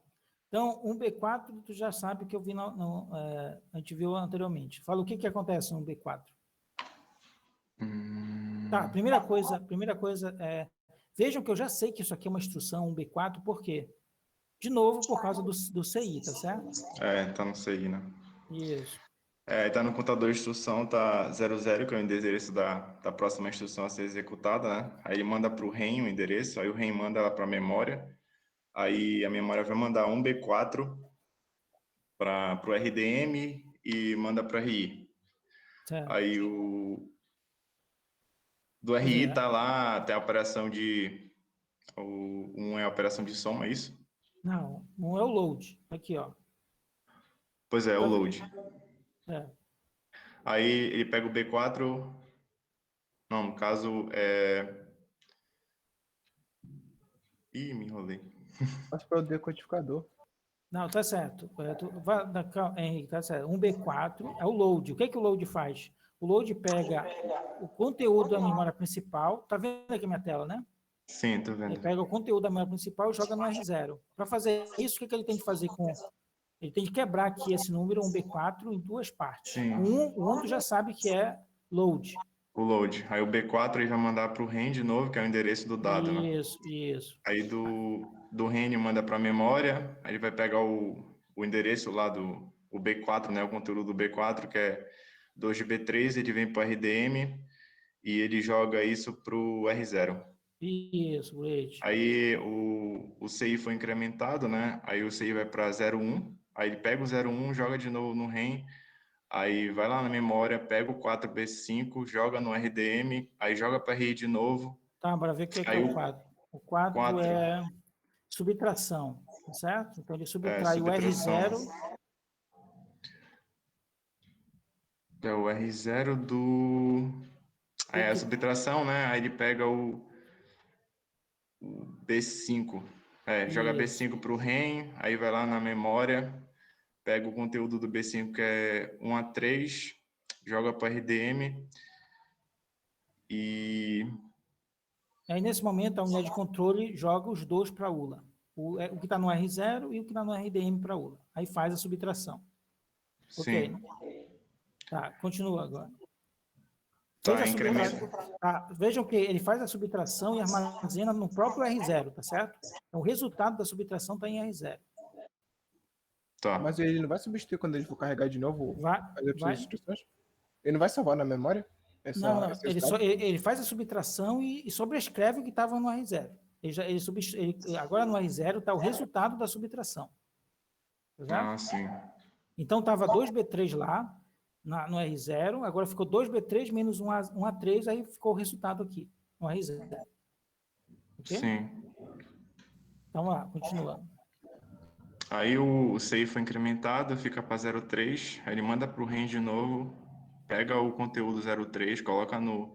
O conteúdo seria AB4, Não, vai na para o verdade, RDM. ele carregou, na verdade, o 0,2. O 0,2. É o 0,2? Pulou. É verdade, 0,2. Aí coloca 705 no RDM, coloca esse 7 no RI. Agora, o que 705 no RI. é o 7 agora? O 7 é o jumper. O 7 fala o seguinte: se o R0 for negativo, ele joga o operando para o CI. Então, ele pega o endereço que está na instrução e joga para o CI. Então, o que acontece? Se o resultado for negativo do R0, ele vai fazer um jumper, ele vai pular para uma posição que está indicado na própria instrução, que nesse caso é 0,5. Sim, mas esse resultado deu negativo ou deu positivo? Foi uma subtração. Foi uma subtração. O primeiro é maior, né? Então, nesse caso vai dar positivo, então ele vai ignorar, ele vai continuar. Vai continuar normal, né? Isso. Então, ele ignorou aqui, tá? Então, de novo, só falando como o R0 é positivo, porque o B4 é maior que o B5, então essa instrução 705, ela não faz nada, porque ele vai verificar, é positivo ou negativo? É positivo, então não faço nada, passo direto. Aí vai para a próxima, que é o 03 aqui. Professor, repete de novo o jumper. Se for negativo, ele faz assim. Tá, então, no primeiro caso, ele buscou o B4, depois ele subtraiu do B5, e aí a instrução 705, ela verifica o seguinte: o 7 verifica, o R0 é negativo ou é positivo? Nesse caso, como o B4 é maior que o B5, o conteúdo, né? Estou falando do conteúdo dele, então o resultado que está no R0 é positivo. Então ele não faz nada. Se não é negativo, ele passou direto, ele ignora essa instrução 705. Ele já passa para a próxima, o AB4, o endereço 03. Ok? E se for negativo, o que ele faz? Pois é, se for negativo, ele vai jogar o 05 para o CI. Aí, o que acontece? Se eu jogar o 05 para o CI, ele vai executar obrigatoriamente a instrução que está no endereço 05, que é essa instrução aqui, AB5. Isso daí é como se fosse um if, né, professor? Isso. Tá pulando o código. Isso, é um if. Porque se deu negativo, o que ele está falando? Se deu negativo, ele imprime, esse aqui imprime, tá certo? Vai para imprimir. Se deu negativo, significa que o B5 é maior. Aí ele imprime o B5. Se não for negativo, se for positivo, ele imprime o B4, indicando quem é o maior. Então é isso que ele está fazendo, mostrar o maior entre dois números. Então, entendam, quando se der negativo, ele imprime o B5, porque obrigatoriamente o B5 vai ser maior que o B4. Se der positivo, ele ignora essa linha e passa logo para o AB4 aqui. Ok? Sim, entendi. E aí imprime o B4. Imprimiu o B4, aí ele vai para essa instrução aqui, 806. Esse B4 aí é o primeiro operando lá de cima, né, professor? Esse operando aqui, 2B3, né? Pois é, ele vai imprimir esse 2B3 aí. Isso, porque ele é o maior, né? Porque nesse caso ele é maior, tá certo? Se tivesse o contrário aqui nas células, o A13 estivesse na frente, ele ia imprimir a posição 5, que é o AB5, tá certo? Sim, entendi. Agora, aí o que acontece? Quando chega bem aqui na posição 4 da memória, ele aplica o 806. O que é o 8? O 8 é o jumper incondicional, tá certo? O que ele faz? Ele joga, obrigatoriamente, ele pega o 06 e joga no CI. E aí o que ele faz? Jogou para o CI, ele executa a instrução armazenada em 06, que é justamente o route. Para que ele está fazendo isso? Porque ele quer ignorar essa instrução aqui armazenada em 5. Ele não quer imprimir o B5, ele quer passar direto por ela. Então, ele já pula direto para o route. Sim. Ok? Sim.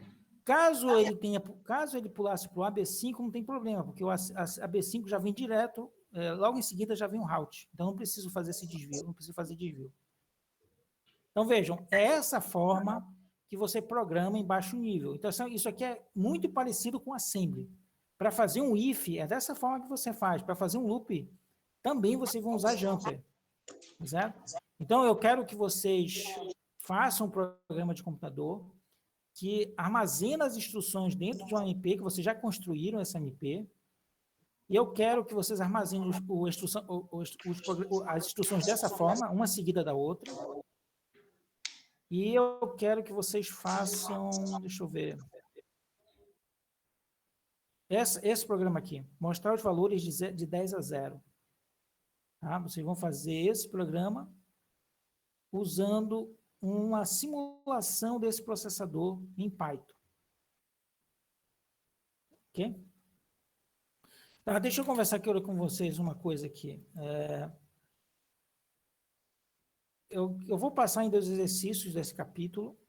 Para a semana é só para tirar dúvida, de novo. Tá certo? Aí a minha proposta é o seguinte. Quem quiser terminar o semestre no dia 18 e 19, pode terminar, tá certo? Vem no dia, entrega o trabalho no dia 18 e faz o quiz no dia 18 ou 19. Para quem não quiser, pode entregar no dia 22 e aí vai fazer o quiz nessa semana aqui. Tá certo? Então, pula o carnaval, 18 e 19 para quem quiser terminar antes. Para quem não quiser, termina no dia 22. Fazendo dia 22 e 24. Professor, Fala. falando em carnaval, não vai ser cancelado o feriado de carnaval? Não sei, Henrique, não sei. Está indefinido. Sabe como é o brasileiro, né? Ele vai dizer assim, não vai ter carnaval, aí começa a ter uma revolta popular, né? Mas parece que não vai ter carnaval, eles vão cancelar, parece um feriado e vai ser uma semana normal. Parece, tá, né? Então, se for, eu vou usar para tirar dúvidas, e aí fica a mesma coisa, tá certo? Eu vou usar para tirar dúvidas, e aí dia 18 e 19, como vocês não têm mais aulas, pelo que o Alfredo me falou... Tem aula de física. Tu falaste que não ia ter mais nada, foi tu ou foi o Eude? Foi o Eude, hoje me deu propaganda enganosa, né? Aula de física. Então tá, vamos deixar para essa semana aqui, mas vocês podem terminar em qualquer dia, vocês podem me entregar dia 22, 23 e 24, para fazer o quiz. Aí vocês... Não, mas quando é a aula de física de vocês? É no dia Tem aula. terça e quarta. Não, terça e quinta. Tá, então Só eu ainda mantenho dia 19. Quem quiser terminar o semestre comigo dia 19, entrega os exercícios e faz o quiz no dia 19. Aí terminou para vocês. Eu faço a avaliação. Mas lembra que eu vou fazer o quiz de vocês da memória principal, memória cache e processadores. Vou fazer pergunta dos 3 tópicos, tá certo? Para quem não quiser, o quiz fica no dia 22 a 24.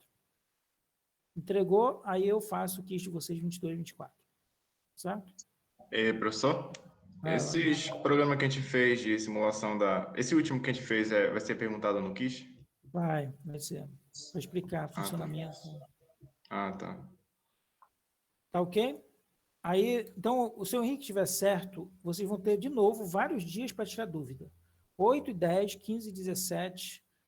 Aí, quem quiser terminar nessa semana do carnaval logo, pode terminar comigo. Basta mandar os exercícios e aí eu faço as perguntas do quiz e aí eu já deixo anotado o teu conceito. Se não, pode terminar comigo no dia 22 e 24, tá certo? O E, semestre professor, termina no dia 28, mas 28 é domingo, não faz sentido. Fala aí. no caso, o senhor vai querer o programa só da memória separada ou a memória com cachê? Porque eu fiz em cima. Tá, pode ser, pode ser. Os dois, um sobrepõe o outro, né? Se tu faz o do... De novo, de onde vocês aprendem a pronunciar cache? É do vídeo, é no YouTube? Vocês aprendem isso no YouTube? Porque eu nunca pronunciei, eu pronuncio cache. É muito estranho para vocês pronunciarem cache, né? Que você pronuncia cache. Mas aí eu fico curioso, não é no YouTube, não. É o português mesmo, professor. Tá. Então, olha, Alfredo, pode ser, tá bom? Olha, se tu me fizer esse programa aqui, se tu me fizer esse do processador com tudo, com cache, eu te dou mais um bônus, tá certo? Tá certo. Tá. Então, tá, pessoal, de novo, aquele mesmo esquema, não fiquem acanhados, tá certo? Para quem tá para quem deixou de entregar os trabalhos, eu posso fazer o possível para não reprovar vocês esse semestre, mas façam os exercícios, façam o quiz direitinho, tá certo? Entendam o que vocês estão fazendo, entendam o que vocês fizeram. Não, porque quando chega no quiz, às vezes você não consegue, não me explica direito. Aí não tem jeito, eu vou te penalizar. Mas ainda tem salvação ainda, tem 2 avaliações, ainda tem uma já finalizou agora e ainda tem a outra, né? Então, se tu não saiu se tu entregou alguma coisa dessa avaliação passada, nem que seja com regular, ainda dá para ser aprovado se terminar processadores, e aí talvez eu ainda passe um trabalho extra para ti. Né? Mas para quem entregou os trabalhos, já está tranquilo, tá certo? Até não vai, a aprovação vai ser só de quem desistiu. Tá, só para terminar aqui, aquele meu aluno, ele fez um programa em Machine Learning para resolver o cubo mágico. Vocês sabem o que é o cubo mágico, né? O cubo de Rubik. E aí, foi o único que conseguiu até hoje resolver na minha disciplina de Machine Learning o cubo de forma, usando algoritmos genéticos, que é uma teoria que se baseia na teoria de evolução. Por curiosidade para vocês. E ele consegue resolver cubo mágico até com o pé. Aí ele fez um programa que resolvia em sala de aula, só por curiosidade. Tá, pessoal, então, encerrou. Qualquer pergunta? É que sua pronúncia tem som de caixa. Dinheiro em inglês, é mesmo. É muito estranho quando você fala cash, cash. Ah, tá, cash, dinheiro. Então tá. Porque, de verdade, todo semestre tem alguém chegando aqui e falar cash. Aí eu fico achando que é um vídeo no YouTube, que é alguém que pronuncia no YouTube isso. Né? Mas, assim, pronúncia, às vezes, depende da região. Uma vez eu estava assistindo um vídeo do Júpiter, lá no Nordeste, com pessoa do Nordeste, um curso. Aí o cara falava Jupiter. Aí eu, que diacho é isso? Que diacho é Jupiter? Jupiter. Aí deve ser novo, deve ser uma versão diferente e tal. Aí eram 2 caras. Quando foi para o outro ficou no seu Júpiter. Eu digo, é o Júpiter, o cara está com um Jupiter, cara. Então, só para você... mas é porque era o sotaque nordestino, e o outro era de São Paulo, então acabou que eu não estava entendendo que era o Júpiter que ele estava se referindo. Então faz parte, essa parte de pronúncia. Né? Então dá, pessoal, a aula terminou, qualquer dúvida podem tirar comigo e... pois é, Jupython, né? Júpiter. Qualquer coisa podem falar comigo durante a manhã, se alguém tirar uma dúvida. E semana que vem, segunda e quarta de novo, e façam um trabalho, tá certo? Façam esse trabalho de programação que eu vou dar bastante ênfase para eles, tá certo? E, professor, esse código, você falou da simulação última, a gente tem que explicar todo o código no quiz, ou é só um pedaço dele? Porque eu fiz o código e ficou um demônio. Uma parte, na verdade. A parte principal, eu geralmente, Henrique, eu sou bem prático, eu não vou... Pode fazer em C++, Vinícius. Tu sabe programar em C++? É isso. Tu aprendeu aonde esse negócio? Ele foi embora? Tá aqui. Mas pode ter muito mais de fácil para aprender, né? Mas tá certo. Não, isso tu tá meio...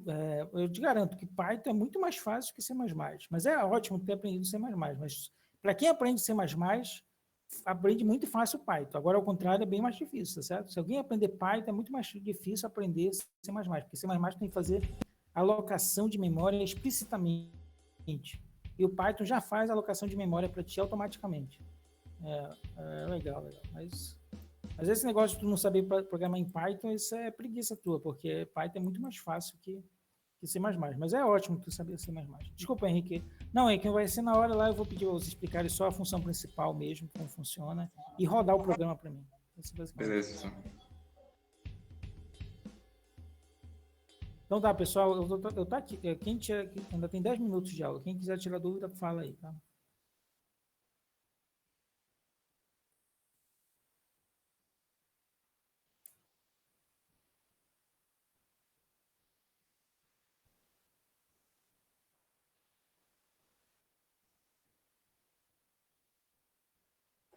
É só uma atividade que vai ter? Não, vai ter os exercícios. Eu ainda vou passar os exercícios do livro. Eu vou postar daqui a pouco, tá bom? Você não tem o livro escrito sem ser escaneado? Porque fica muito chato digitar tudo, toda vez. Eu não tenho. Eu já procurei, mas vocês são melhores do que eu para encontrar isso. Eu não devia nem estar postando isso. Façam de conta que não foi eu que postei, tá? Eu não devia postar aquilo lá, não. Mas eu estou postando para facilitar a vida de vocês. Mas vocês são vocês encontram isso muito mais fácil que eu, né? Se vocês procurarem aí, vocês têm os esquemas de pirataria de vocês. Mas... Esquema de pirataria. Só achei a terceira edição, tá certo. Pois é, não ajudou a terceira edição? Mudou muito? Não sei, eu não vi. Só comparar, se tiver... Só achei a terceira também. Mas vejam se está diferente, porque se tiver diferente, os exercícios forem os mesmos. Tá, mudam. Então tá. Então aí não... Professor? Fala, Jorge. Esse quiz, esse último agora, é só para quem fizer o código? Só pode repetir essa Não, o parte? quiz é sobre tudo. Eu vou falar sobre memória principal, pode ser os exercícios e os programas. Exercícios e os programas. Mas eu sempre vou... Eu acho que eu tenho quase certeza que eu vou perguntar sempre sobre os programas e alguns exercícios. Entendeu? Te lembra, as tarefas são o quê? Os programas e exercícios. Então, no quiz eu posso perguntar sobre os dois. Ok, Jorge? Tá, ok. E, professor, no caso, o senhor também poderia colocar a questão, tipo, se eu mostrar na sua tela a questão?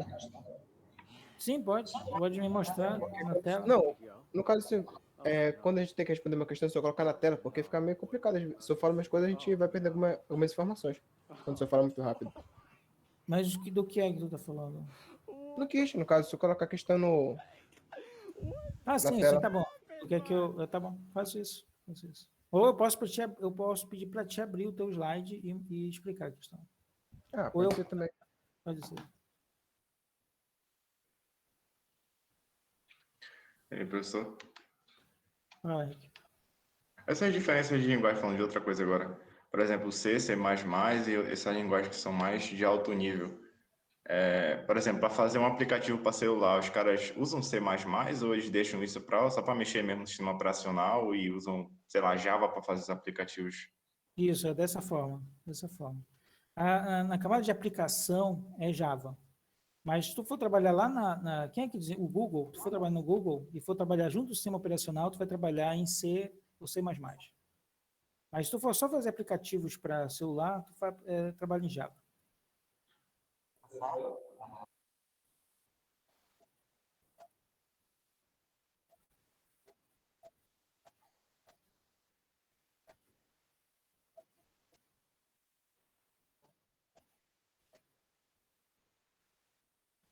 Sim, né? O Android tem muito disso, né? Ele é composto por 3 partes, basicamente. Mas você tem razão. Tem uma parte de Java, tem a parte de aplicação, mas a parte de baixo nível, ela é C, C++. Ainda tem uma parte de XML lá também, mentira. Então tem isso, Henrique. Se tu for trabalhar com Android, se tu for só fazer aplicativos, é Java. Se tu for trabalhar no sistema operacional, é esse que o Luiz falou mesmo. Tu pode trabalhar com Java, e também pode trabalhar com baixo nível, C, C++. E outra coisa, professor, hoje em dia os caras estão muito usando Python para inteligência artificial, mas, Por exemplo, se eu quiser fazer um aplicativo para Android, eu quero colocar inteligência artificial nesse aplicativo, eu vou fazer em Python ou eu vou fazer na linguagem que os caras usam para escrever? Pois Tem é, linguagem para fazer pois inteligência é, artificial? pois é. Olha, uma coisa que você tem que prestar atenção o Python, ele também é esquema de camadas, tá certo? Então, o Python ele tem os dois mundos. Ele tem a facilidade de programação, ele é mais eficiente para programar, mas por baixo dele, o que está sendo executado mesmo é C e C++, ou até Fortran. Ou seja, as bibliotecas matemáticas do Python, que na verdade é o NumPy, ela vai estar necessariamente sendo executada em baixo nível usando a biblioteca de C, C++ e Fortran. E em cima, a camada de cima vai ser Python, efetivamente. Então, quando parece enganoso, porque o Python não é eficiente o Python, né? Se tu for executar realmente um código de computação científica em Python, vai ser demorado se não tivesse essa camada extra de software de baixo nível, que é C, C++ e Fortran. Então Python só fala por ser o que ele tem de fazer, seria isso, facilitar a nossa forma de falar, seria isso? Isso. Facilita a tua programação, mas por baixo... Mesma coisa, por exemplo, se você pegar o MATLAB que é muito usado por pessoal de engenharia elétrica. MATLAB é muito fácil de programar, por isso que o pessoal de engenharia elétrica usa. Mas por baixo dele, o que está executando mesmo é Fortran e C++ e C. De novo, as mesmas bibliotecas matemáticas que o Python usa, o MATLAB usa, só que o MATLAB é pago, né? E aí às vezes, acontecem problemas de licença e aí o MATLAB acaba perdendo a licença, ele tem de apelar para outra biblioteca de computação científica para o código funcionar. Mas é a mesma coisa, essas bibliotecas elas já são bem tradicionais, feitas em C, C++ e Fortran, por terem um desempenho geralmente muito superior a qualquer outra linguagem. E as outras linguagens ficam assim, apenas por cima para facilitar a programação. A mesma coisa acontece com JavaScript. JavaScript também está recebendo agora uma certa atenção em termos de computação científica, machine learning, mas é a mesma coisa. Ela facilita a programação, mas por baixo vai estar executando um código compilado de desempenho, de bom desempenho próximo do hardware, né?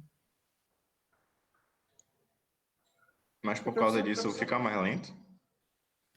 Não fica mais lento, porque no final ele vai gerar uma versão compilada, just in time, do teu código. Já vai ter a biblioteca em C e C++, matemática. O teu código em Python, se ela for realmente ser executado em alto desempenho, ele também vai ser compilado. E aí vai ficar, não vai perder desempenho. Sim. Como é que a gente consegue usar duas linguagens para fazer o mesmo programa? No caso, um fazer o back-end e outro o front.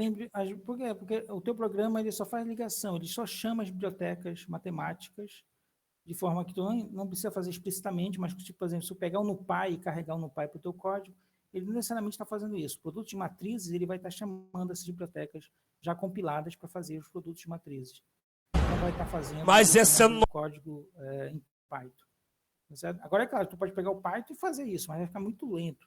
Agora, se pegar um NumPy, necessariamente ele vai estar usando as bibliotecas de baixo nível, compiladas em C, Fortran. Fortran era a linguagem que, há 30, 40 anos atrás, era a linguagem padrão de computação científica, por ter um desempenho muito superior a qualquer outra linguagem. Mas era muito difícil de programar, muito chato de programar Fortran. Não sei nem se vocês já ouviram falar dela, mas era a linguagem que os meus professores usavam para programar. E eu cheguei a lidar um pouquinho com ela, mas realmente é bem chato. Aí por isso que você vai fazendo camadas de software para ganhar produtividade, né, para ser produtivo, mas sem perder desempenho.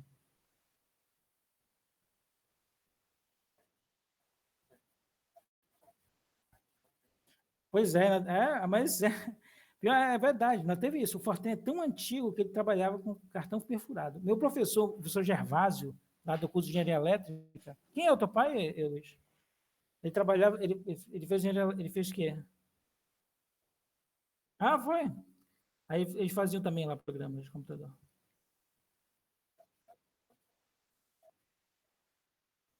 Ah, tá, era curioso, não tá certo. Mas assim, o pessoal na universidade basicamente era isso, programava em Fortran, perfurava os cartões, levava lá no CETIC, no mesmo CETIC, que fica lá próximo da gente, entregava os cartões, esperava uma semana, devolvia, mas tinha um erro. Aí a gente de novo perfurava os cartões, corrigia e mandava mais uma semana para E era tudo feito em Fortran. Mas aí depois o Fortran realmente se tornou completamente eletrônico, aí acabou essa questão de perfurar, mas ele continuou sendo padrão por um bom tempo, até que começaram a surgir, por exemplo, o C e o C++, que era mais fácil de programar, mas que tinha um desempenho parecido com o Fortran, né? E realmente era muito chato o Fortran, era muito difícil de programar. A vida de vocês é fácil em termos, né? Porque as linguagens ficaram mais fáceis, mas agora você tem que se preocupar com muito mais coisas, né? Por exemplo, qualquer aplicativozinho que vocês fizerem tem de ter necessariamente acesso à mídia social, tem de rodar em vários aplicativos diferentes. Então, ou seja, ficou mais fácil de programar, mas agora o escopo ficou bem maior. Para eles, não, eles só programam para desktop, uma máquina bem específica, então era fácil nesse sentido, mas as linguagens eram mais complicadas.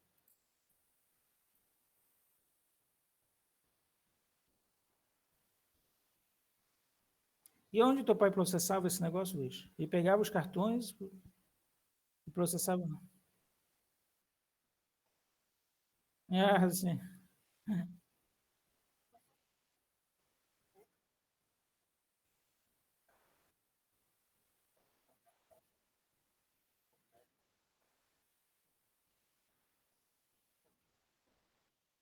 Sim.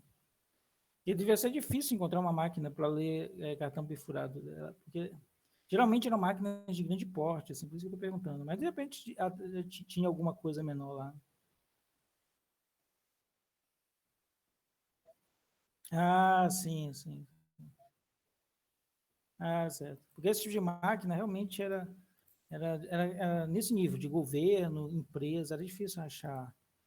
Um computador pessoal, acho que nem tinha nessa época computador pessoal, né? Era um computador institucional.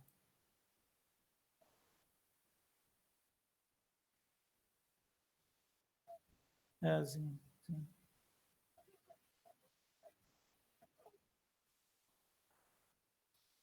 Pois é, interessante a questão do COBOL, né?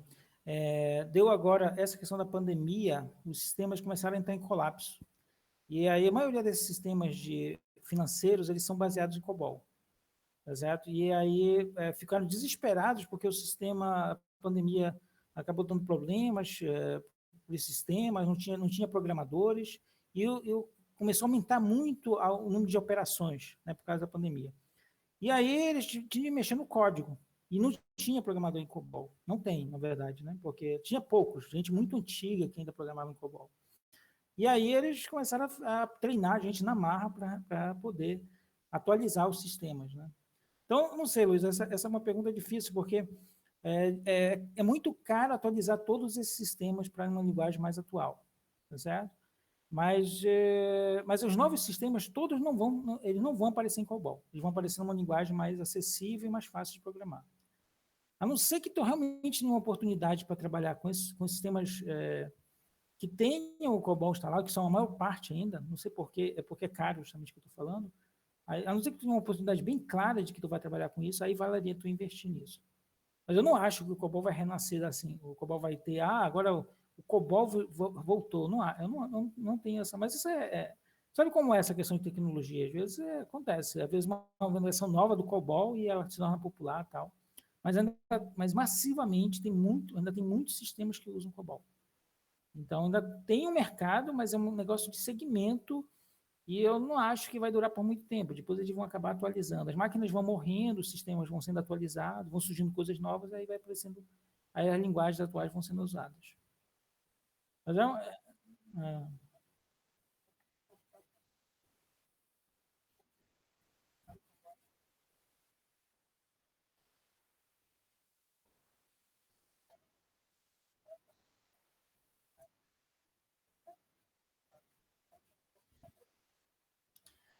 Mas mas se tu quer aprender isso, é melhor tu ir pelo caminho Linux, C, C++. E aí tu vê se no caminho tu precisaria de COBOL, entendeu?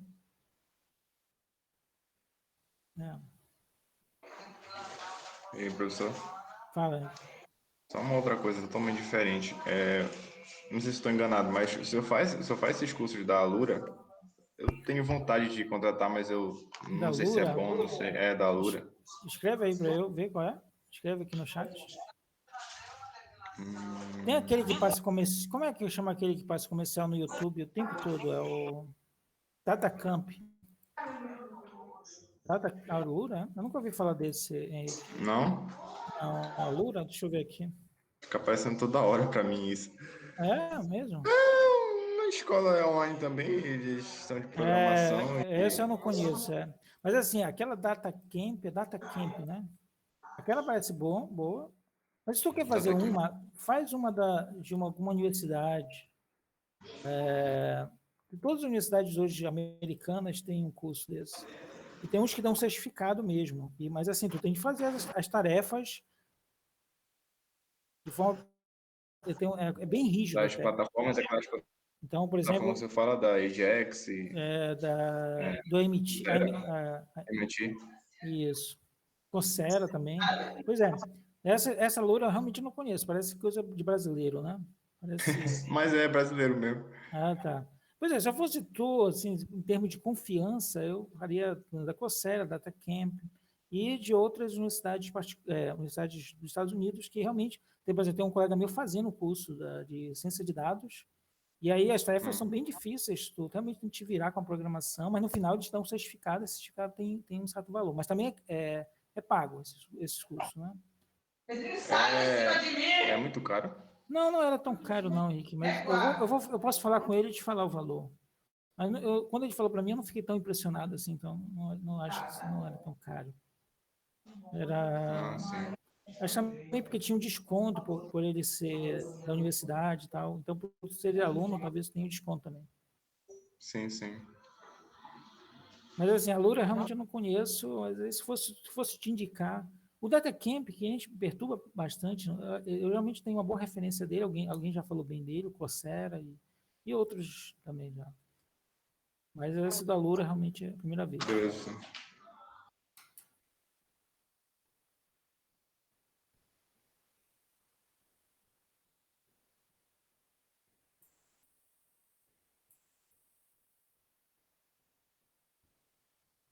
Até mais, Alfredo. Tchau, tchau.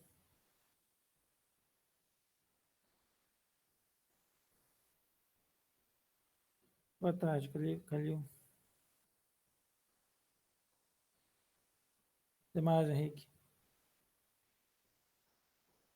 Até mais, Luiz.